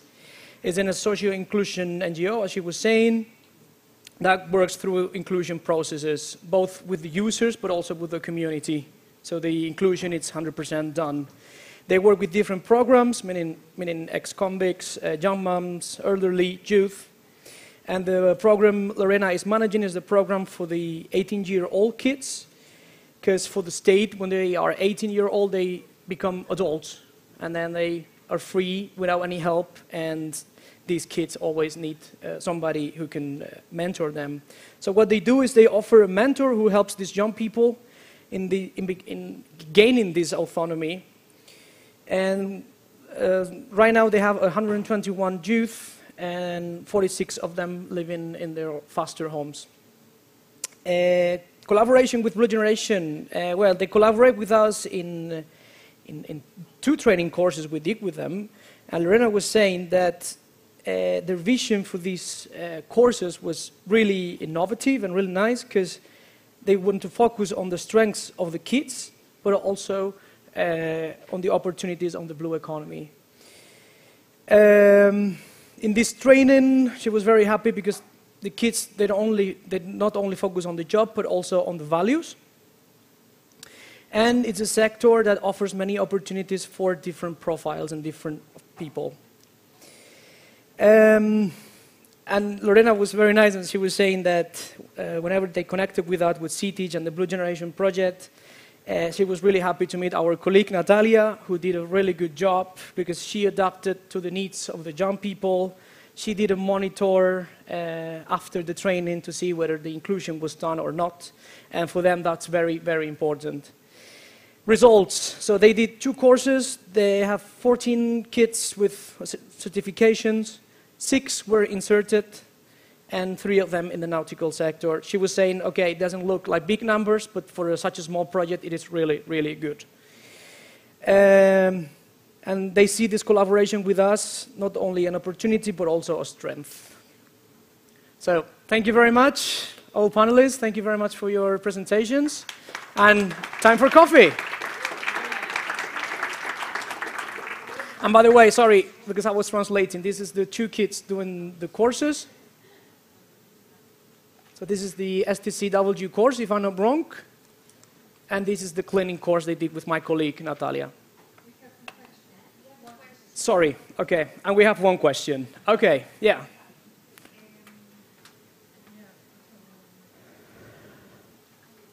Yeah. But I will have to come back because I don't know. Yeah, sure.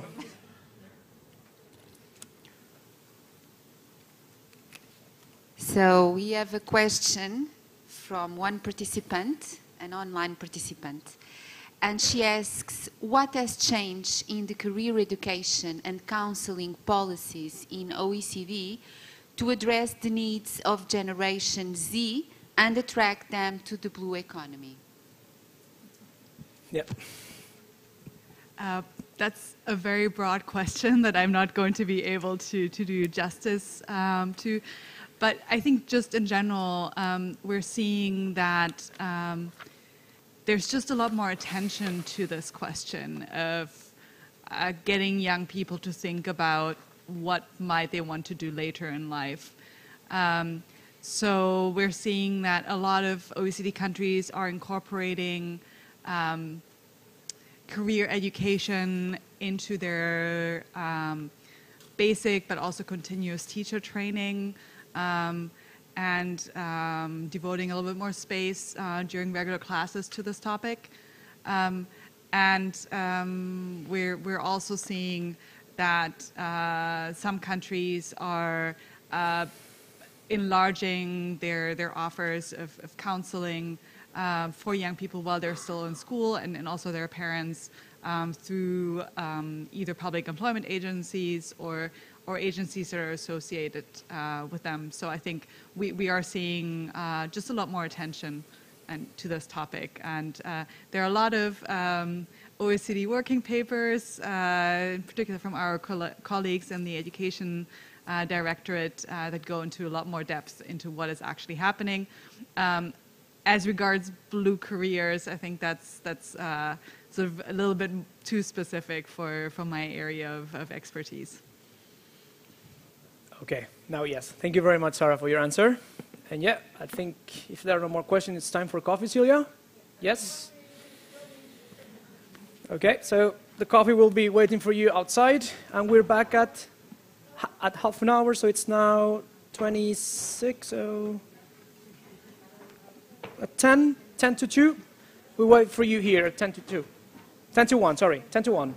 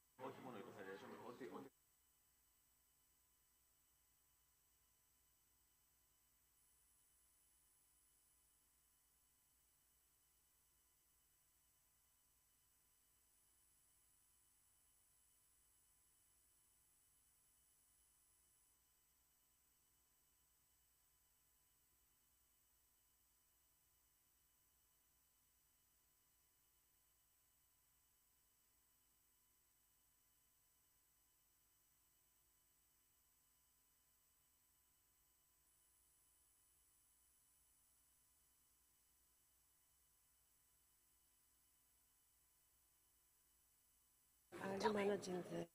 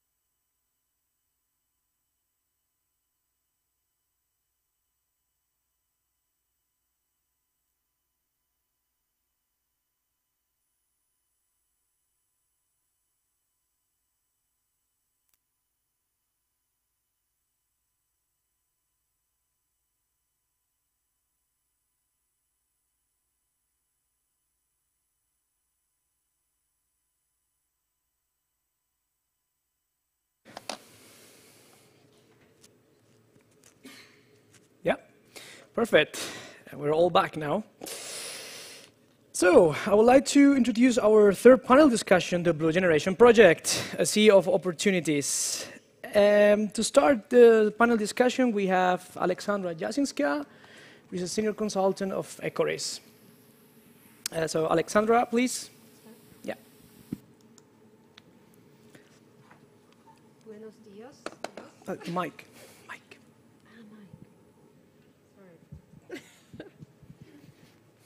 Can you hear me? Okay, great. My name is Alexandra Jasinska, and thank you for the invitation. As you mentioned, I'm a senior consultant at Ecoris Poland company, and I'm here today on behalf of the fund operator of the EEA and Norway Grants Fund for Youth Employment. And as well, I'm a project expert who is dedicated to this specific project. So I monitor the progress of the project from the very beginning on the day-to-day basis. So I know the project and would like to now present my perspective and my views on the project and the progress made so far and successes. So I will start with the first thing which I found great in the project. It's the thing that it creates synergies. I find the idea like creating the cooperation network between stakeholders from the youth sector and from the blue economy sector as a great idea. I don't know if such networks were done before, but for me it's innovative because it creates synergies and allows for the exchange of knowledge on the youth employment, trainings, jobs creation, and also on this more specific technical knowledge from the blue economy sectors. So all of this gives us possibilities to exchange knowledge and to create new ideas and also to develop good quality results. It's better quality if you develop something together than you do that separately. Yeah? So it's good that you combine the competences of the youth workers and youth organization with the blue economy sector experts. So I like the idea. And another thing which is important is this project-grade geographical outreach.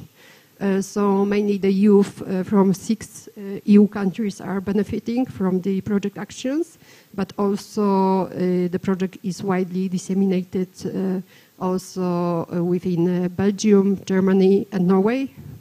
So this is also important. Let's go to the next slide. Oh, sorry.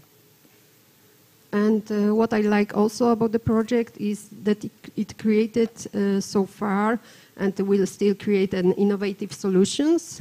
And for me, when I started with the monitoring of the project and familiarizing myself with the project idea, it was quite a complex idea for me. So was at the beginning difficult to put these all pieces together into one picture, into this Blue Generation program.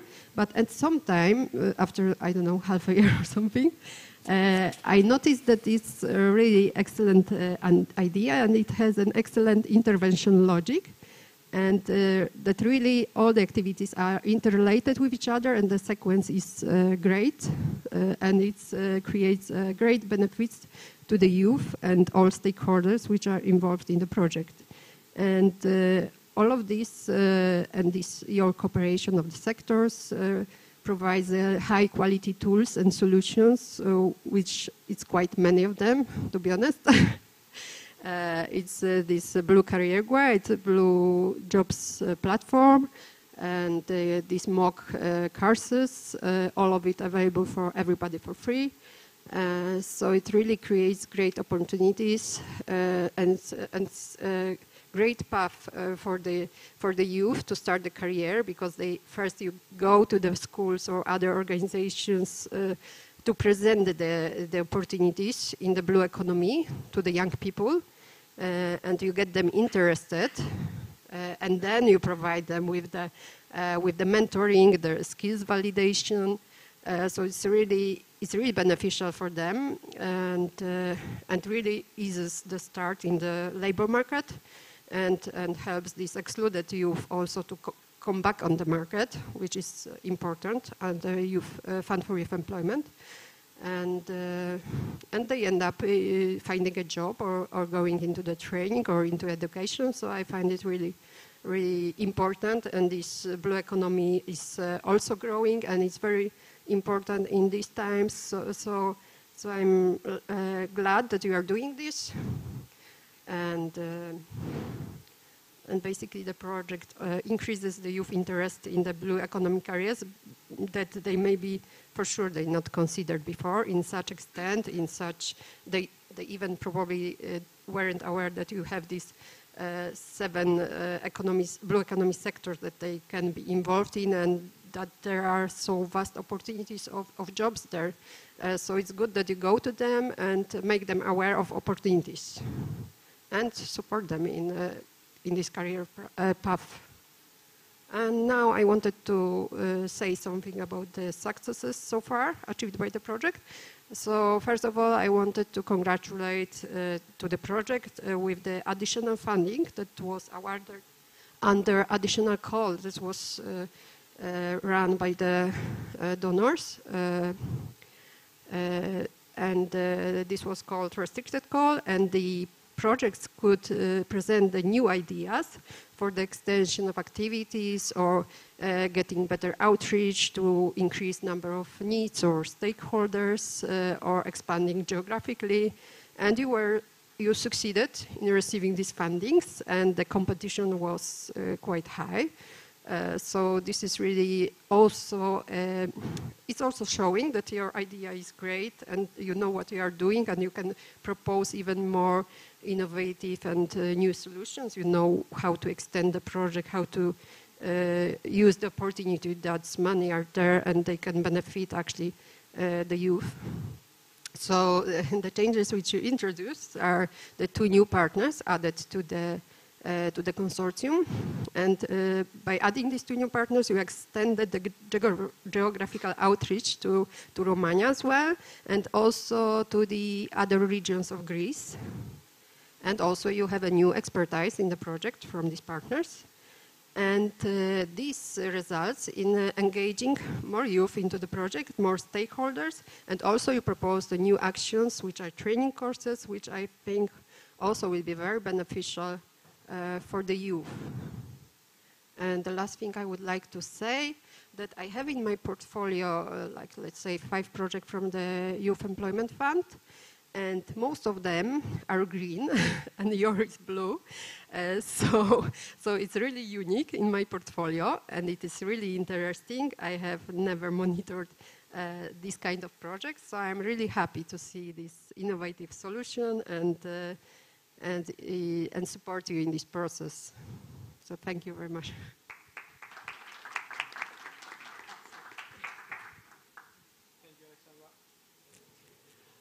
Thank you, Alexandra. for your really nice presentation. Well, it is time to hear from our beneficiary partners, and as Alexandra was explaining, we have developed new tools as well, and each of them will introduce themselves and their experiences in the Blue Generation project, and each of them will present also a tool.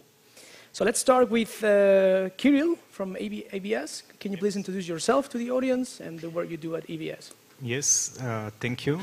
My name is Kirill Spasov. I'm one of the co-founders of Active Bulgarian Society. Shortly about me, I'm really passionate about youth work, volunteering, and I'm, as mentioned, co-founder of Active Bulgarian Society. A bit more about our organization and why we are partners in this project. We are a youth organization that focuses on supporting, with all means possible, the development of young people. Our mission is to raise awareness among young people about personal, professional development opportunities ahead.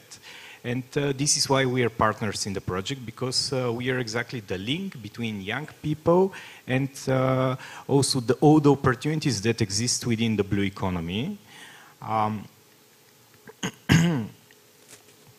What we have been doing so far within the project, we have been actively organizing promo visits, mentoring sessions all around Bulgaria, both online and offline, and we have been contacting different institutions, educational centers, centers for unemployment, for unemployed young people, and we have been sharing information about the blue economy and about the subsectors. Here is the next slide about the Blue Career Guide. This is basically the weapon or the tool that we are using usually to attract the attention of young people, because it provides real interviews, statistics, pictures from the different subsectors. And when we explain to young people what is blue economy, this really helps us, because it can show in a visual way, not just some boring statistics, what is it, for example, aquaculture, marine biotechnology. And we always try to be as practical as possible, giving real examples to people with real job positions. Okay. Okay, yeah, thank you very much. So yeah, that was our Blue Career Guide, great tool. Up next, we have Mariana Tercidaki from Militos Consulting, our coordinator. Hi, Mariana. Hello, everybody. On behalf of Militos, I would like to welcome you and thank you very much for your presence today. Militos, along with CITIC, are the leaders of the project. I must say that we are very passionate about what we're doing, and what we want today is to transfer this passion to you. So we have been doing all this that Kirill mentioned before, along with the other partners, doing promotional visits to schools, to youth organizations, to universities, and inform them about the opportunities that there are in the blue economy. And of course, we have been doing mentoring and promoting all the tools that bridge this gap between the workforce shortage and this expanding industry of blue economy. So the ultimate tool of bridging this gap that brings together potential employees and employers is the Blue Careers Job Platform. We've been developing this platform since the beginning of the project. We are maintaining it, and we are very happy to see that many people, many young people who have been in our presentations have been registered and have been actually posted applications for real jobs in this platform. So just to mention some numbers, about 500 people have been registered, and 30% of them actually have applied for a job through our platform. this is very important, not only because they have applied for a job, but because they have the visibility to see the whole variety of jobs that are available in the blue economy. So this platform is not only powerful because you can just find a job, but because it gives you a vision, because it has advertisements for employers from basic workers, let's say in agriculture or maritime, but also for a PhD candidate or scientific specializations that many people are into and are looking for jobs. So we're very happy to see that our platform is live, it's growing, and it's been used by members of the Blue Generation project. That's all for me. So yep. We can just have a look, actual look in the platform, if we may. 1 second. The connection live to the platform. That's okay. it. So if we can go to the tab that says Blue Career Jobs. So this is the journey, the customer experience that the journey follows. So we can go a little bit further down and a little bit further down. Okay, there. So the candidate can just choose from any type of job. If we press all types, we'll see that he can just, choose job, and then he can choose from all sectors a specific sector, let's say shipbuilding and maintenance. Okay, then he can choose the language, let's say English.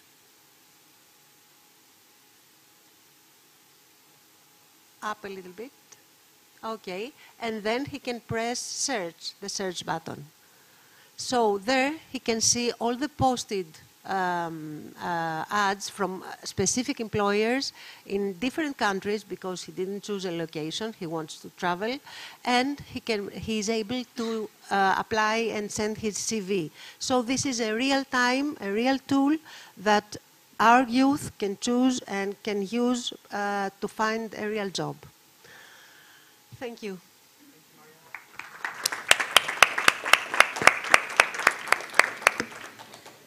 And we also have our newest partner of video from Teams for Excellence. How are you, video? Hello, everyone. We are, first of all, very happy to have been invited into this project in the second restricted call. We are Team for Excellence from Romania, from Constanța. We are an organization built around the competence of blue economy people. Myself, I've got like 25 years of experience in the blue economy, including maritime transport. I've been working on maritime, on transport ships, like all kinds of ships. General cargo, container vessels, oil tankers, chemical tankers, product tankers, and so on. We are, as an organization, we are really, really linked to the young people in our community who want to follow a career in the blue economy, and we are also well linked to the training organizations, universities active in this area, and to, let's say, to the job market, including recruiters and employers directly. My role as a tool to present to you is the MOOC, the Blue Generation MOOC, as in massive online open course. Well, I have to say that this this course is the course that I never had, and I wish I had. Because even though I've got 25 years experience in this area in the blue economy, I found it, I mean, I discovered this economy step by step, and I had to discover it by experience and by learning, and it took years and years. And actually, this course is something that can give you direction in all the 7 areas of the blue economy.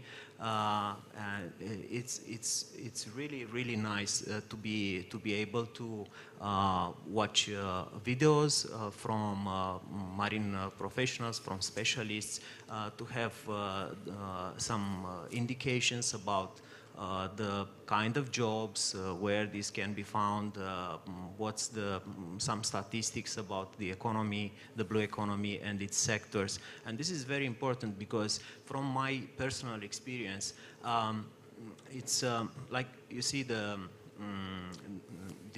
global economy works in cycles, and the blue economy works in cycles as well. But the thing is, within the different sectors of the blue economy, there are also cycles which don't always overlap. And I found in my personal experience that when, for example, the maritime transport is in a trough period, young people who have done like 1 or 2 years in the maritime transport, they can't find a job. But with a little bit of help, for example, from this Blue Generation MOOC, they could find direction in another sector, which is related to the blue economy, even though it's not in maritime transport, could be in ports, in shipbuilding, in let's say in marinas and things like that. So that's why the course is really useful. And I found it also very easy to follow. It has a quiz, it provides certificates in the end. So yeah, it's really useful. Thank you very much, Ovidio, and thank you very much to all our panelists. Okay, yeah. Great. I would like to continue with the second part of this third panel, which is the rest of the partners of the Blue Generation project, and our 2 success stories from here from Palma. So please welcome on stage Carla Xavier from Clube, Beata Zelent-Bienek from FRSP, Natalia Gonzalo from CTEACH, Desiree Carmona, and Mohamed Tamarsirt from GREC.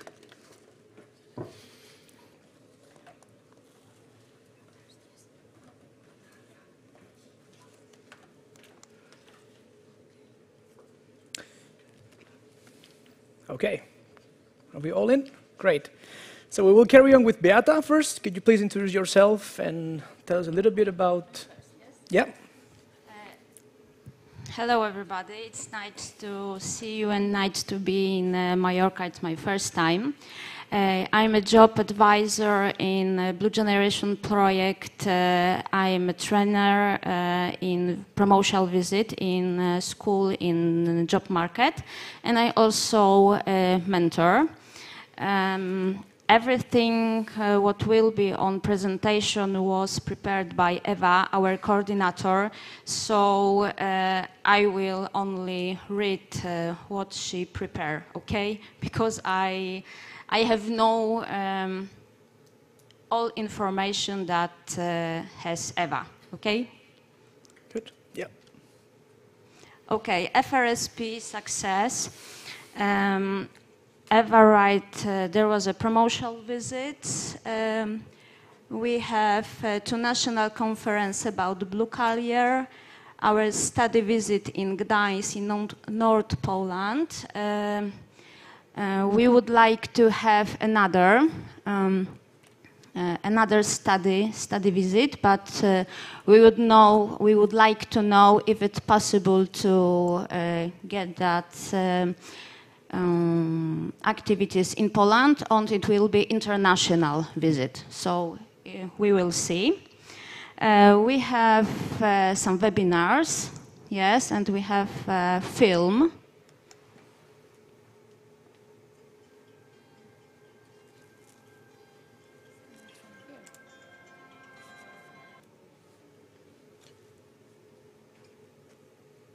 With sound you want it? You want it with sound? Okay. Can you add? No?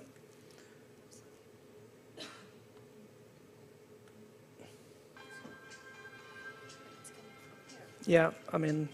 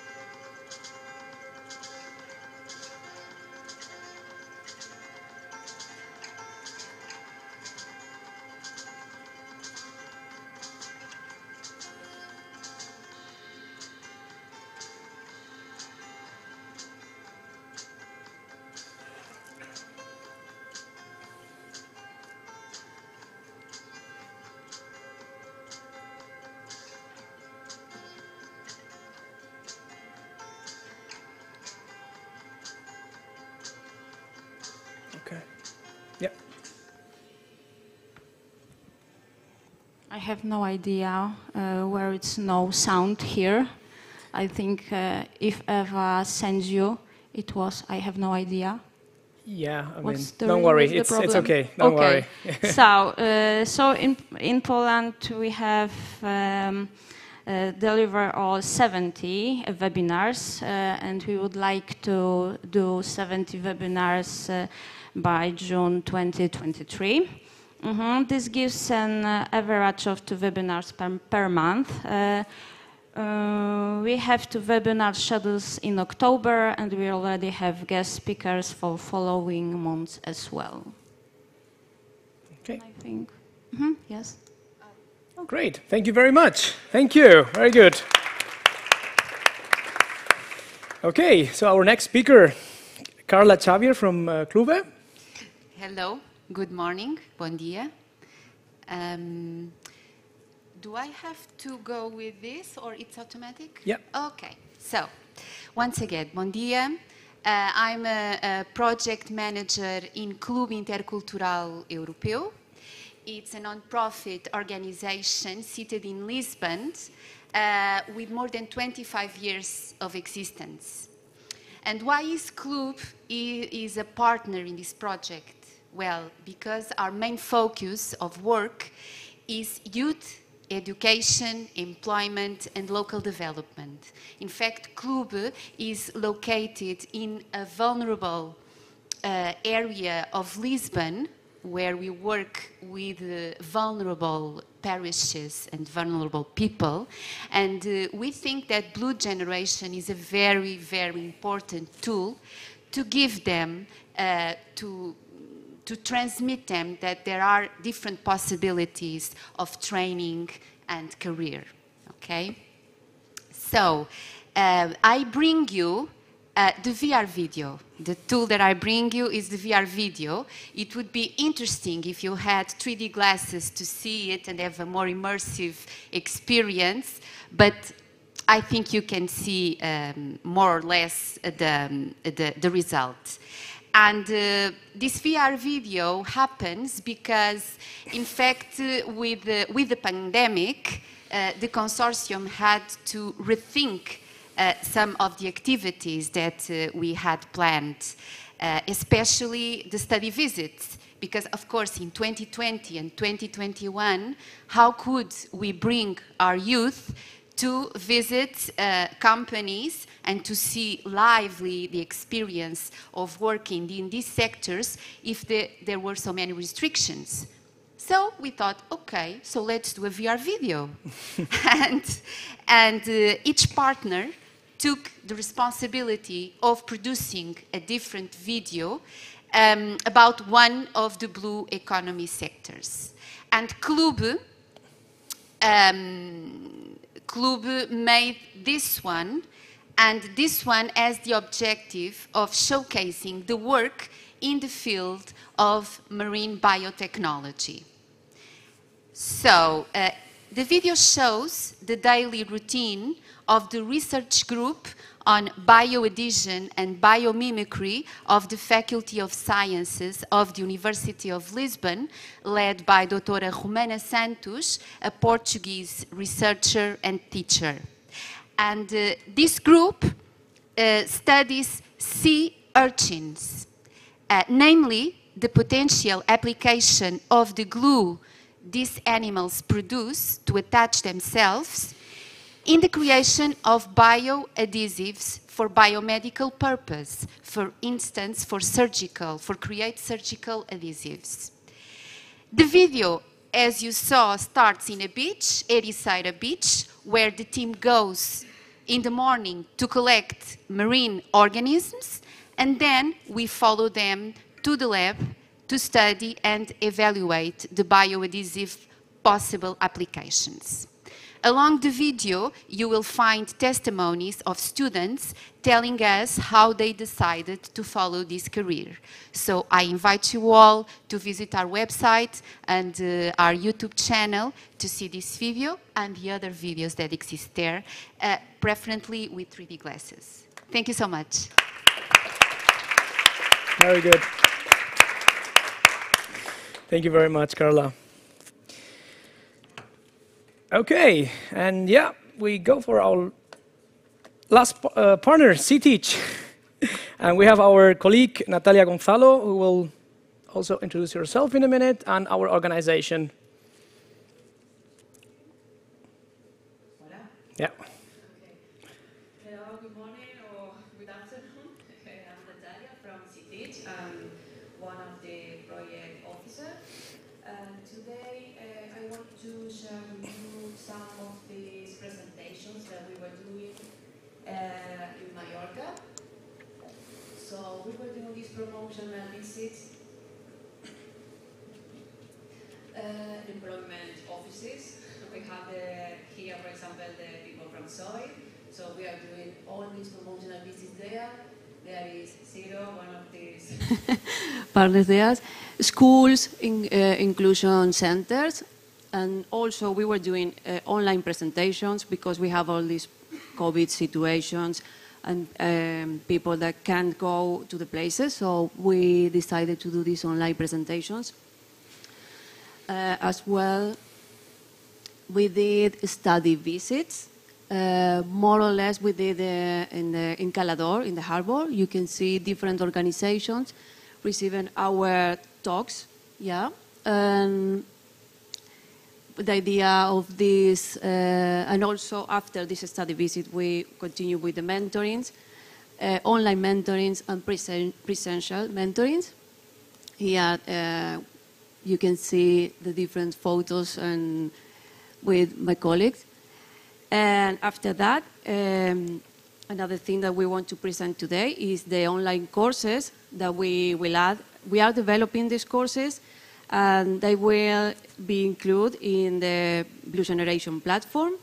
So one of these courses is the Nautical English. The other is the boat cleaning course, introduction to shipping, and the ocean literacy. So, as you can see, today we are going to share with you an example of the Nautical English course. So the idea is to show and introduce all these young people in these courses because they need a tool, you know, to start in the blue careers. And we think that this is a very important tool to sorry. To learn. I have something here. For example, we have in these courses videos, yeah, exercises. It's not only grammar. So the idea is for them to have something to learn before to start in this sector, in the nautical sector. For example, the Nautical English course will include construction and maintenance of boat, skippers and crew, grammar, spelling, phonetics, for example. Also, we have the other courses like the boat cleaning course, where we have experience because two of these users were doing the course with us in CITIC, in Calador. So they learned how to clean a boat, something simple, but what products they need to use, different kind of boats, protocols, and that's all. So next, we are going to present two success stories that we have today. We have Desiree and Mohamed. I'm going to speak in Spanish with them, and Christian will translate. And I have some questions to them. So I will start with Desiree. Desiree, me gustaría que nos cuentes un poco, ¿sí? Tú, si has tenido alguna experiencia en el sector náutico y por qué te interesaste en este sector. No, no he tenido ninguna experiencia en el sector y me interesé porque mi abuelo era marine y siempre tuve curiosidad por aprender en el sector.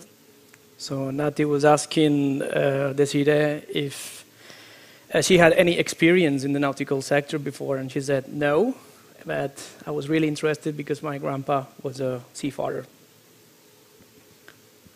Vale, ¿y cómo entraste en el sector, más allá de que tu abuelo es el que te ha inspirado, ¿sí? a interesarte en el sector náutico? ¿Qué cursos has hecho? ¿Qué es lo que te interesó más y no, por ejemplo, la hostelería o la restauración?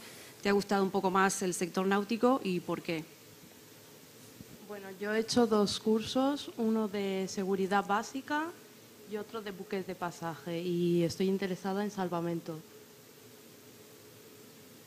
So Natalia was asking what studies did you do to sort of enter into the sector, and Desiree said she's done the STCW course, security course, and the second one, sorry, can you repeat? Salvamento. Like sea survival, correct, yeah. Vale, la próxima pregunta es ¿cómo te ha ayudado el proyecto BlueGeneration a elegir esta carrera o a centrarte en el sector náutico? Bueno, me ha ayudado porque me he dado cuenta que me gusta de verdad y que poco a poco, pues ahora tengo trabajo, estoy trabajando en paseo marítimo y me gusta. So how has the BlueGeneration helped you in getting a job or a career in this sector? And she said, well, because it has helped me in realizing how much I love this sector, and right now I have a job in the nautical port here in Palma. Vale, mi próxima pregunta era si trabajabas, me has dicho que sí, y me gustaría que nos cuentes qué es lo que haces y cuál fue la oportunidad que te ha dado en su momento el GREC para realizar el curso de limpieza de barcos, por qué te interesó hacer ese y no otro, y que nos cuentes un poquito cuáles son las tareas que realizas en este trabajo que estás haciendo ahora. Pues las tareas es pues limpiar todo lo que es la sala de máquinas, también nos hacen limpiar todo por fuera también. Luego la siguiente, ¿cuál era? So what task are you doing right now? And Desiree is answering, well, clean all the parts of the boat, mainly. Porque es un sector que me gusta y quiero seguir formándome. And she would like to do more studies and keep improving her skills in the nautical sector. Vale, y la última pregunta sería, ¿qué consejo le darías, ¿sí? a los jóvenes como tú que quieren seguir una carrera o que desconocen, ¿sí? este sector? ¿Qué consejo le darías? Pues que cojan rienda, que estudien y que hay muchas oportunidades en el sector náutico. También hay formaciones que son gratuitas, aunque son de pocas plazas, pero que todos probar. So what advice will you give to other youth? And she said, well, you have to go for it, study hard, and you will get your job because there are many opportunities in the blue economy sector. Vale. Thank you very much. Muchas gracias, Desiree. Bueno, ahora seguimos con Mohamed. Sí, me gustaría que nos cuentes un poquito, bueno, cuántos años tienes, de dónde eres, ¿sí? So tell us a little bit about your background and where you're from. Hola, buenos días a todos, a todas. Bueno, soy Mohamed, tengo 21 años y soy de Argelia. Nací en un sitio donde hay sector náutico y país donde vivo, todo el mundo son náuticos. Y tengo experiencia en la pesca.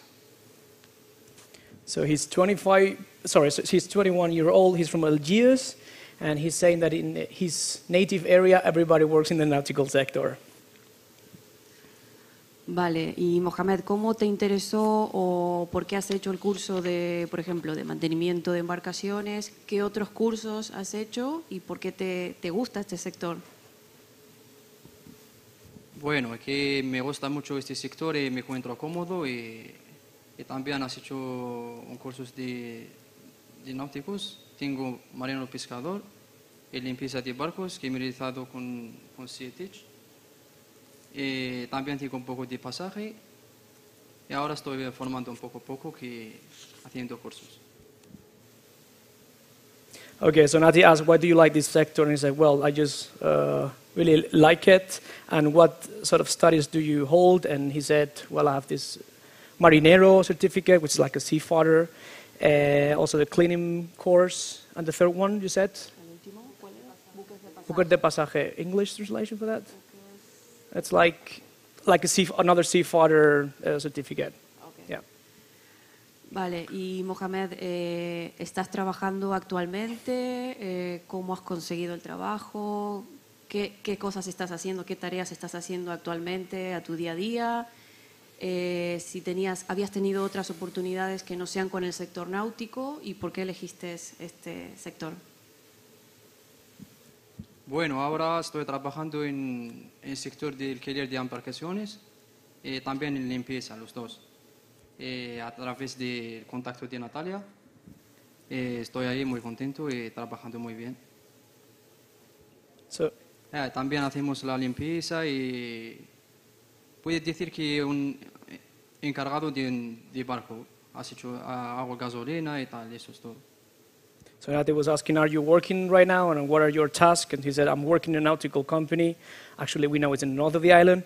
And he said, I'm in charge of the boat, really. So refilling, cleaning the boat, doing everything. So, well done. Vale, ¿y cómo te ha ayudado el proyecto BlueGeneration, que hablábamos los otros días? ¿Cómo te ha ayudado a encontrar este sector que te gusta? Y luego, ¿qué recomendarías a los jóvenes, ¿sí? que se interesan o que todavía desconocen del sector? ¿Qué es lo que te parece? ¿Qué mensaje les darías? Bueno, me ha ayudado mucho dándome informaciones y muchos cursos. So the first question is, how has the Blue Generation project helped you? And Mohamed is saying, well, because they've been training me, they have trained me, so yeah. Y mi consejo es que hacen muchas formaciones, que estudian mucho y aprovechan los cursos que son gratuitos y que prueban todo lo que pueden para seguir y que siguen con paciencia. Okay, so what advice will you give to youth? And he said, study a lot, study hard, take advantage of the free courses and go for it. Vale, gracias. Good. Gracias a usted.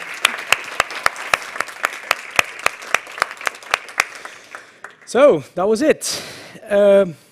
Thank you very much to all panelists and our 2 success stories from the Blue Generation project. Thank you very much.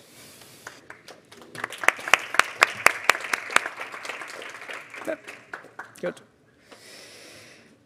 Okay, so time for our last session. I would like to welcome on stage again Mariana Tercidaki from Militos.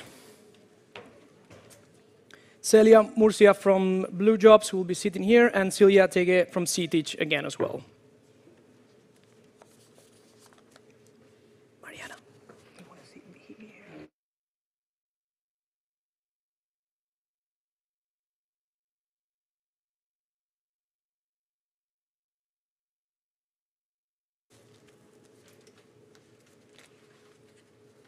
So Mariana from Militos will be now launching the blueprint guide of the project.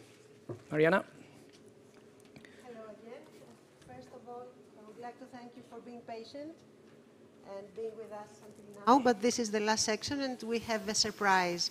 We have this fresh from the oven, BlueGeneration print guide for the Federation that we will be happy to launch after the completion of the project. So this is the blueprint guide that has all the directions, all the guidelines, all the advice gathered from our experience throughout all these years in the project.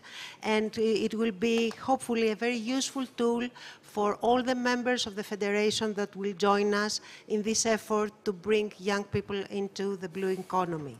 So that's what we are doing today. The main purpose of this is to attract organizations, to attract businesses, to attract companies, individuals, to enter this BlueGeneration Federation. The blueprint guide has a description of all the tools and how we have development and all the processes that we follow in order to approach the young people, either needs or in universities or wherever they are, in order to inform them. The tools we're using to mentor them and to counsel them in order to find their way and their career path into the blue economy. So we are happy to share with you this blueprint guide. You are free to take your personal copy when you exit this venue, and Celia will continue with the launch of the Federation and all the good news that we have for you. Thank you.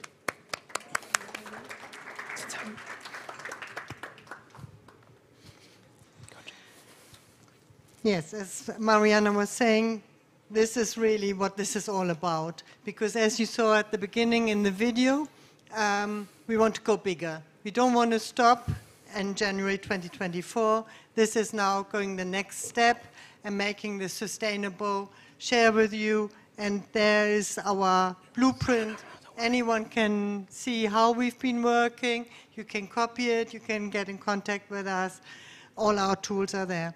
And to give this a framework, the plan is to do a federation.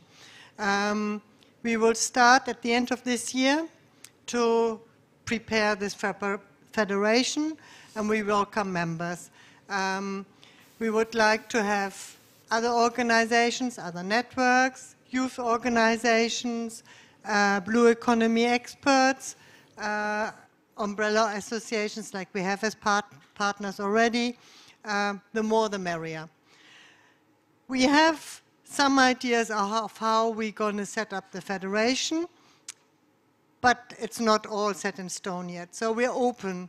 We're open to contact from you. We're open to suggestions. At the moment, we're thinking all the partners will become members. Anyone else who wants to join, become a member. We will probably have some membership fees. But as we are all small organizations, or mostly, these can't be much, and we can't really finance us through that. So I think we are looking for new ideas as well, how we can do that. And we would like to, we have already looked here in Spain, where can we find possible partners, and we therefore invited today two people who are, or two organizations who are working in a similar direction.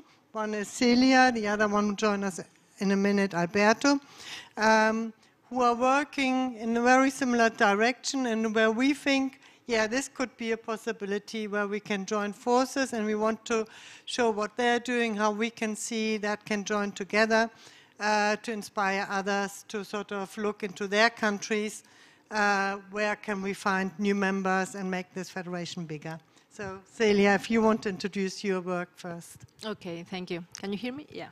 So I'm Celia Murcia. I work for European projects related to the blue economy, but I have been invited today because I'm also the founder of Blue Jobs platform, which is a platform very similar to the BlueGeneration platform, but it's more specific for jobs related to marine experts. No? I'm really happy to be here and to see these initiatives, because as an oceanographer, when I finished my study 10 years ago, there was little visibility in these careers, in the marine careers. It was really difficult for us to find a job or where to find a job, how you put oceanographer jobs in Google and nothing come up, you know? So it has improved a lot with these initiatives, but it is still, there is still little visibility on this, I think, on these sectors. We have, the panelists have mentioned before, some of the needs for training, social inclusion, skills. There is also, I think, a need for tools where students and professionals can go to find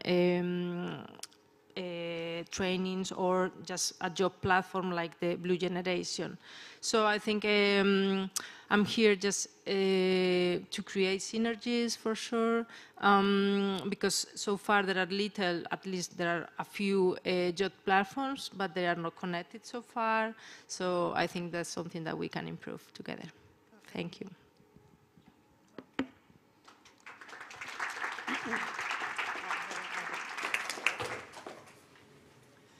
Okay, are we? Yep. Okay, and then we have now live online Alberto Dieter from the Factoria de Cohesión in the Canary Islands, who do a similar job to what we are doing in the Canary Islands. Hello, everybody. I thank to all the team of CTECH from the invitation, and I congratulate for the organization of this Congress. I would meet my screen to do my presentation. Okay.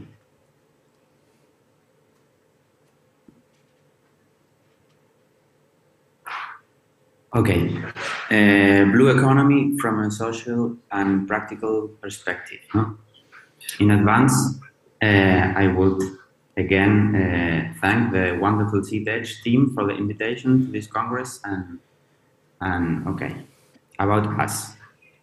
We are Factoria de Cohesión, Factory of Cohesion. We are a legally non-profit association in which we work with a methodology based on projects and with clear criteria of efficiency in the management of resources. We are a team of young people who founded this project in 2016 with the idea of bringing closer the reality that is lived in the ports and in the seas of our islands. As all you know, the Canary Islands are an archipelago considered an RUP area, ultra-peripheral region of the European Union. This, from our point of view, is not only creates a disadvantaged position compared to the European continent, in which the movement of goods and people is easier by land. In the Canary Islands, we are obliged to always bet on connectivity, to continue being on the map, and in our case, connectivity necessarily includes ports. The ports and the sea are parts of our history of the islands and our tradition, as people has kept us closely linked to the maritime reality. Our intention is to help the population of our islands to think about the seas as an environment for the future, prosperity, progress, and opportunities. Therefore, below, I will briefly comment on some of our projects.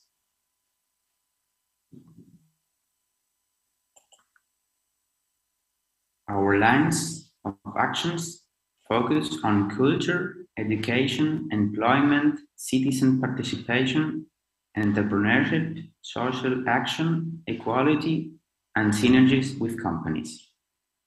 For example, Portempleo is a job fair that we developed in collaboration with the Port Authority of Tenerife, and in which the main companies in the sector met. An environment is created in which to exchange experiences and need of the labor market with the training agents, professional training centers and universities with the aim of integrating objectives and navigating towards shared goals. Another project is Mar de Oportunidades, Sea of Opportunities, and is a promotion program of the sea culture in educational centers of the island. We work with primary and secondary school students, making visible the employment and professional development opportunities offered by ports and the sea from a playful and educational perspective. Un Puerto Violeta, Violet Harbor. It is a program that tries to alleviate the occupational segregation suffered by women in professions linked to the sea. We are aware that ports and activities linked to the sea generate jobs that have traditionally been occupied by men. In this way, and through this project, we work to raise awareness among present generation and inspire future generation so that the ports of the island are also violet ports. For example, Blue Up, and another project from our organization, is an entrepreneurship program in the blue economy sector that have been developing for 5 years and that already has successful experiences of companies that have emerged and have prospered thanks to this program, and is committed to young and sustainable entrepreneurship in the blue economy. EC. This is our latest project, and in which our entire team is currently fully immersed. Soon, we will launch a virtual campus with specific and totally online training exclusively aimed at promoting sustainable employment in the blue economy. We have had a team of educators who have developed a specific and exclusive methodology to find the best way to teach aspects related to the blue economy. It should be noted that this is a project that has been widely supported by the government of the Canary Islands and has the backing of business organizations and public bodies. Okay, this is our work, to which we put heart and effort on daily basis. I hope it has been of your interest. And I thank the CTech team again for the invitation to the Congress and send them a big hug from the Canary Islands.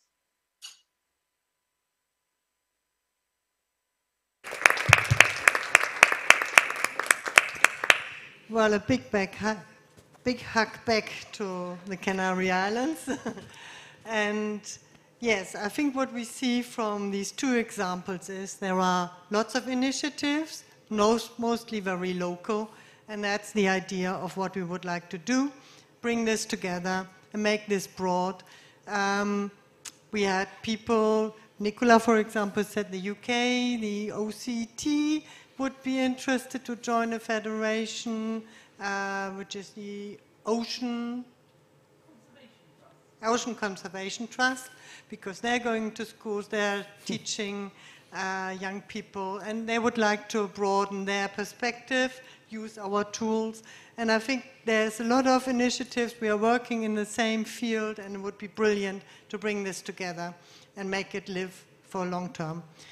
So, synergies are there. We've seen it. Where do we go from here? Obviously, first of all, we would like to invite anyone to join us. Contact us. We will set up the federation at the end of the year. We will certainly have meetings, online meetings, and discuss how we do it and where it's going, and would like to include you. We would like to hear your feedback and your ideas. We will have just now a bit of time for questions, but I want to not leave out the elephant in the room, which is the money. Everything's possible if it's funded. No funding, no one can work for free. We all have the heart in the right place, but we also have to pay the mortgage, so it doesn't help. So we are open for any ideas, suggestions, there's calls, there's fund operators, there's the EU, which we will certainly, they told us about lots of money out there, so we will contact them. There is government organizations which might find some money somewhere. There's the Next Generation money, which might find $1 million somewhere on the carpet. So I invite you all to look and see what can be done, because this is something normally not spoken about, but I think it's just the most important base, because without it, it doesn't work. We can have the best intention, and then that's difficult. And we've got time, we've got 1.5 years to work something out, to set it up, and start early 2024 with the Federation, hopefully all together. I think that is it from us so far, and I give back to Christian in case there's any questions or any discussions, any remarks you have, and yeah, we like to hear from you. Perfect. Very, very good, Celia. Yep. So yeah, Celia was saying we have not even 5 minutes for questions and answers, but any questions from the hall or online? No questions? No? The speakers were really clear, so that nobody had to ask anything. Okay, yeah. So then, time to eat then. Thank you very much once again to the speakers, to all participants, online participants, and all the people who has made possible this nice conference. And yeah, we look forward to work with all of you. Okay? Thank you very much.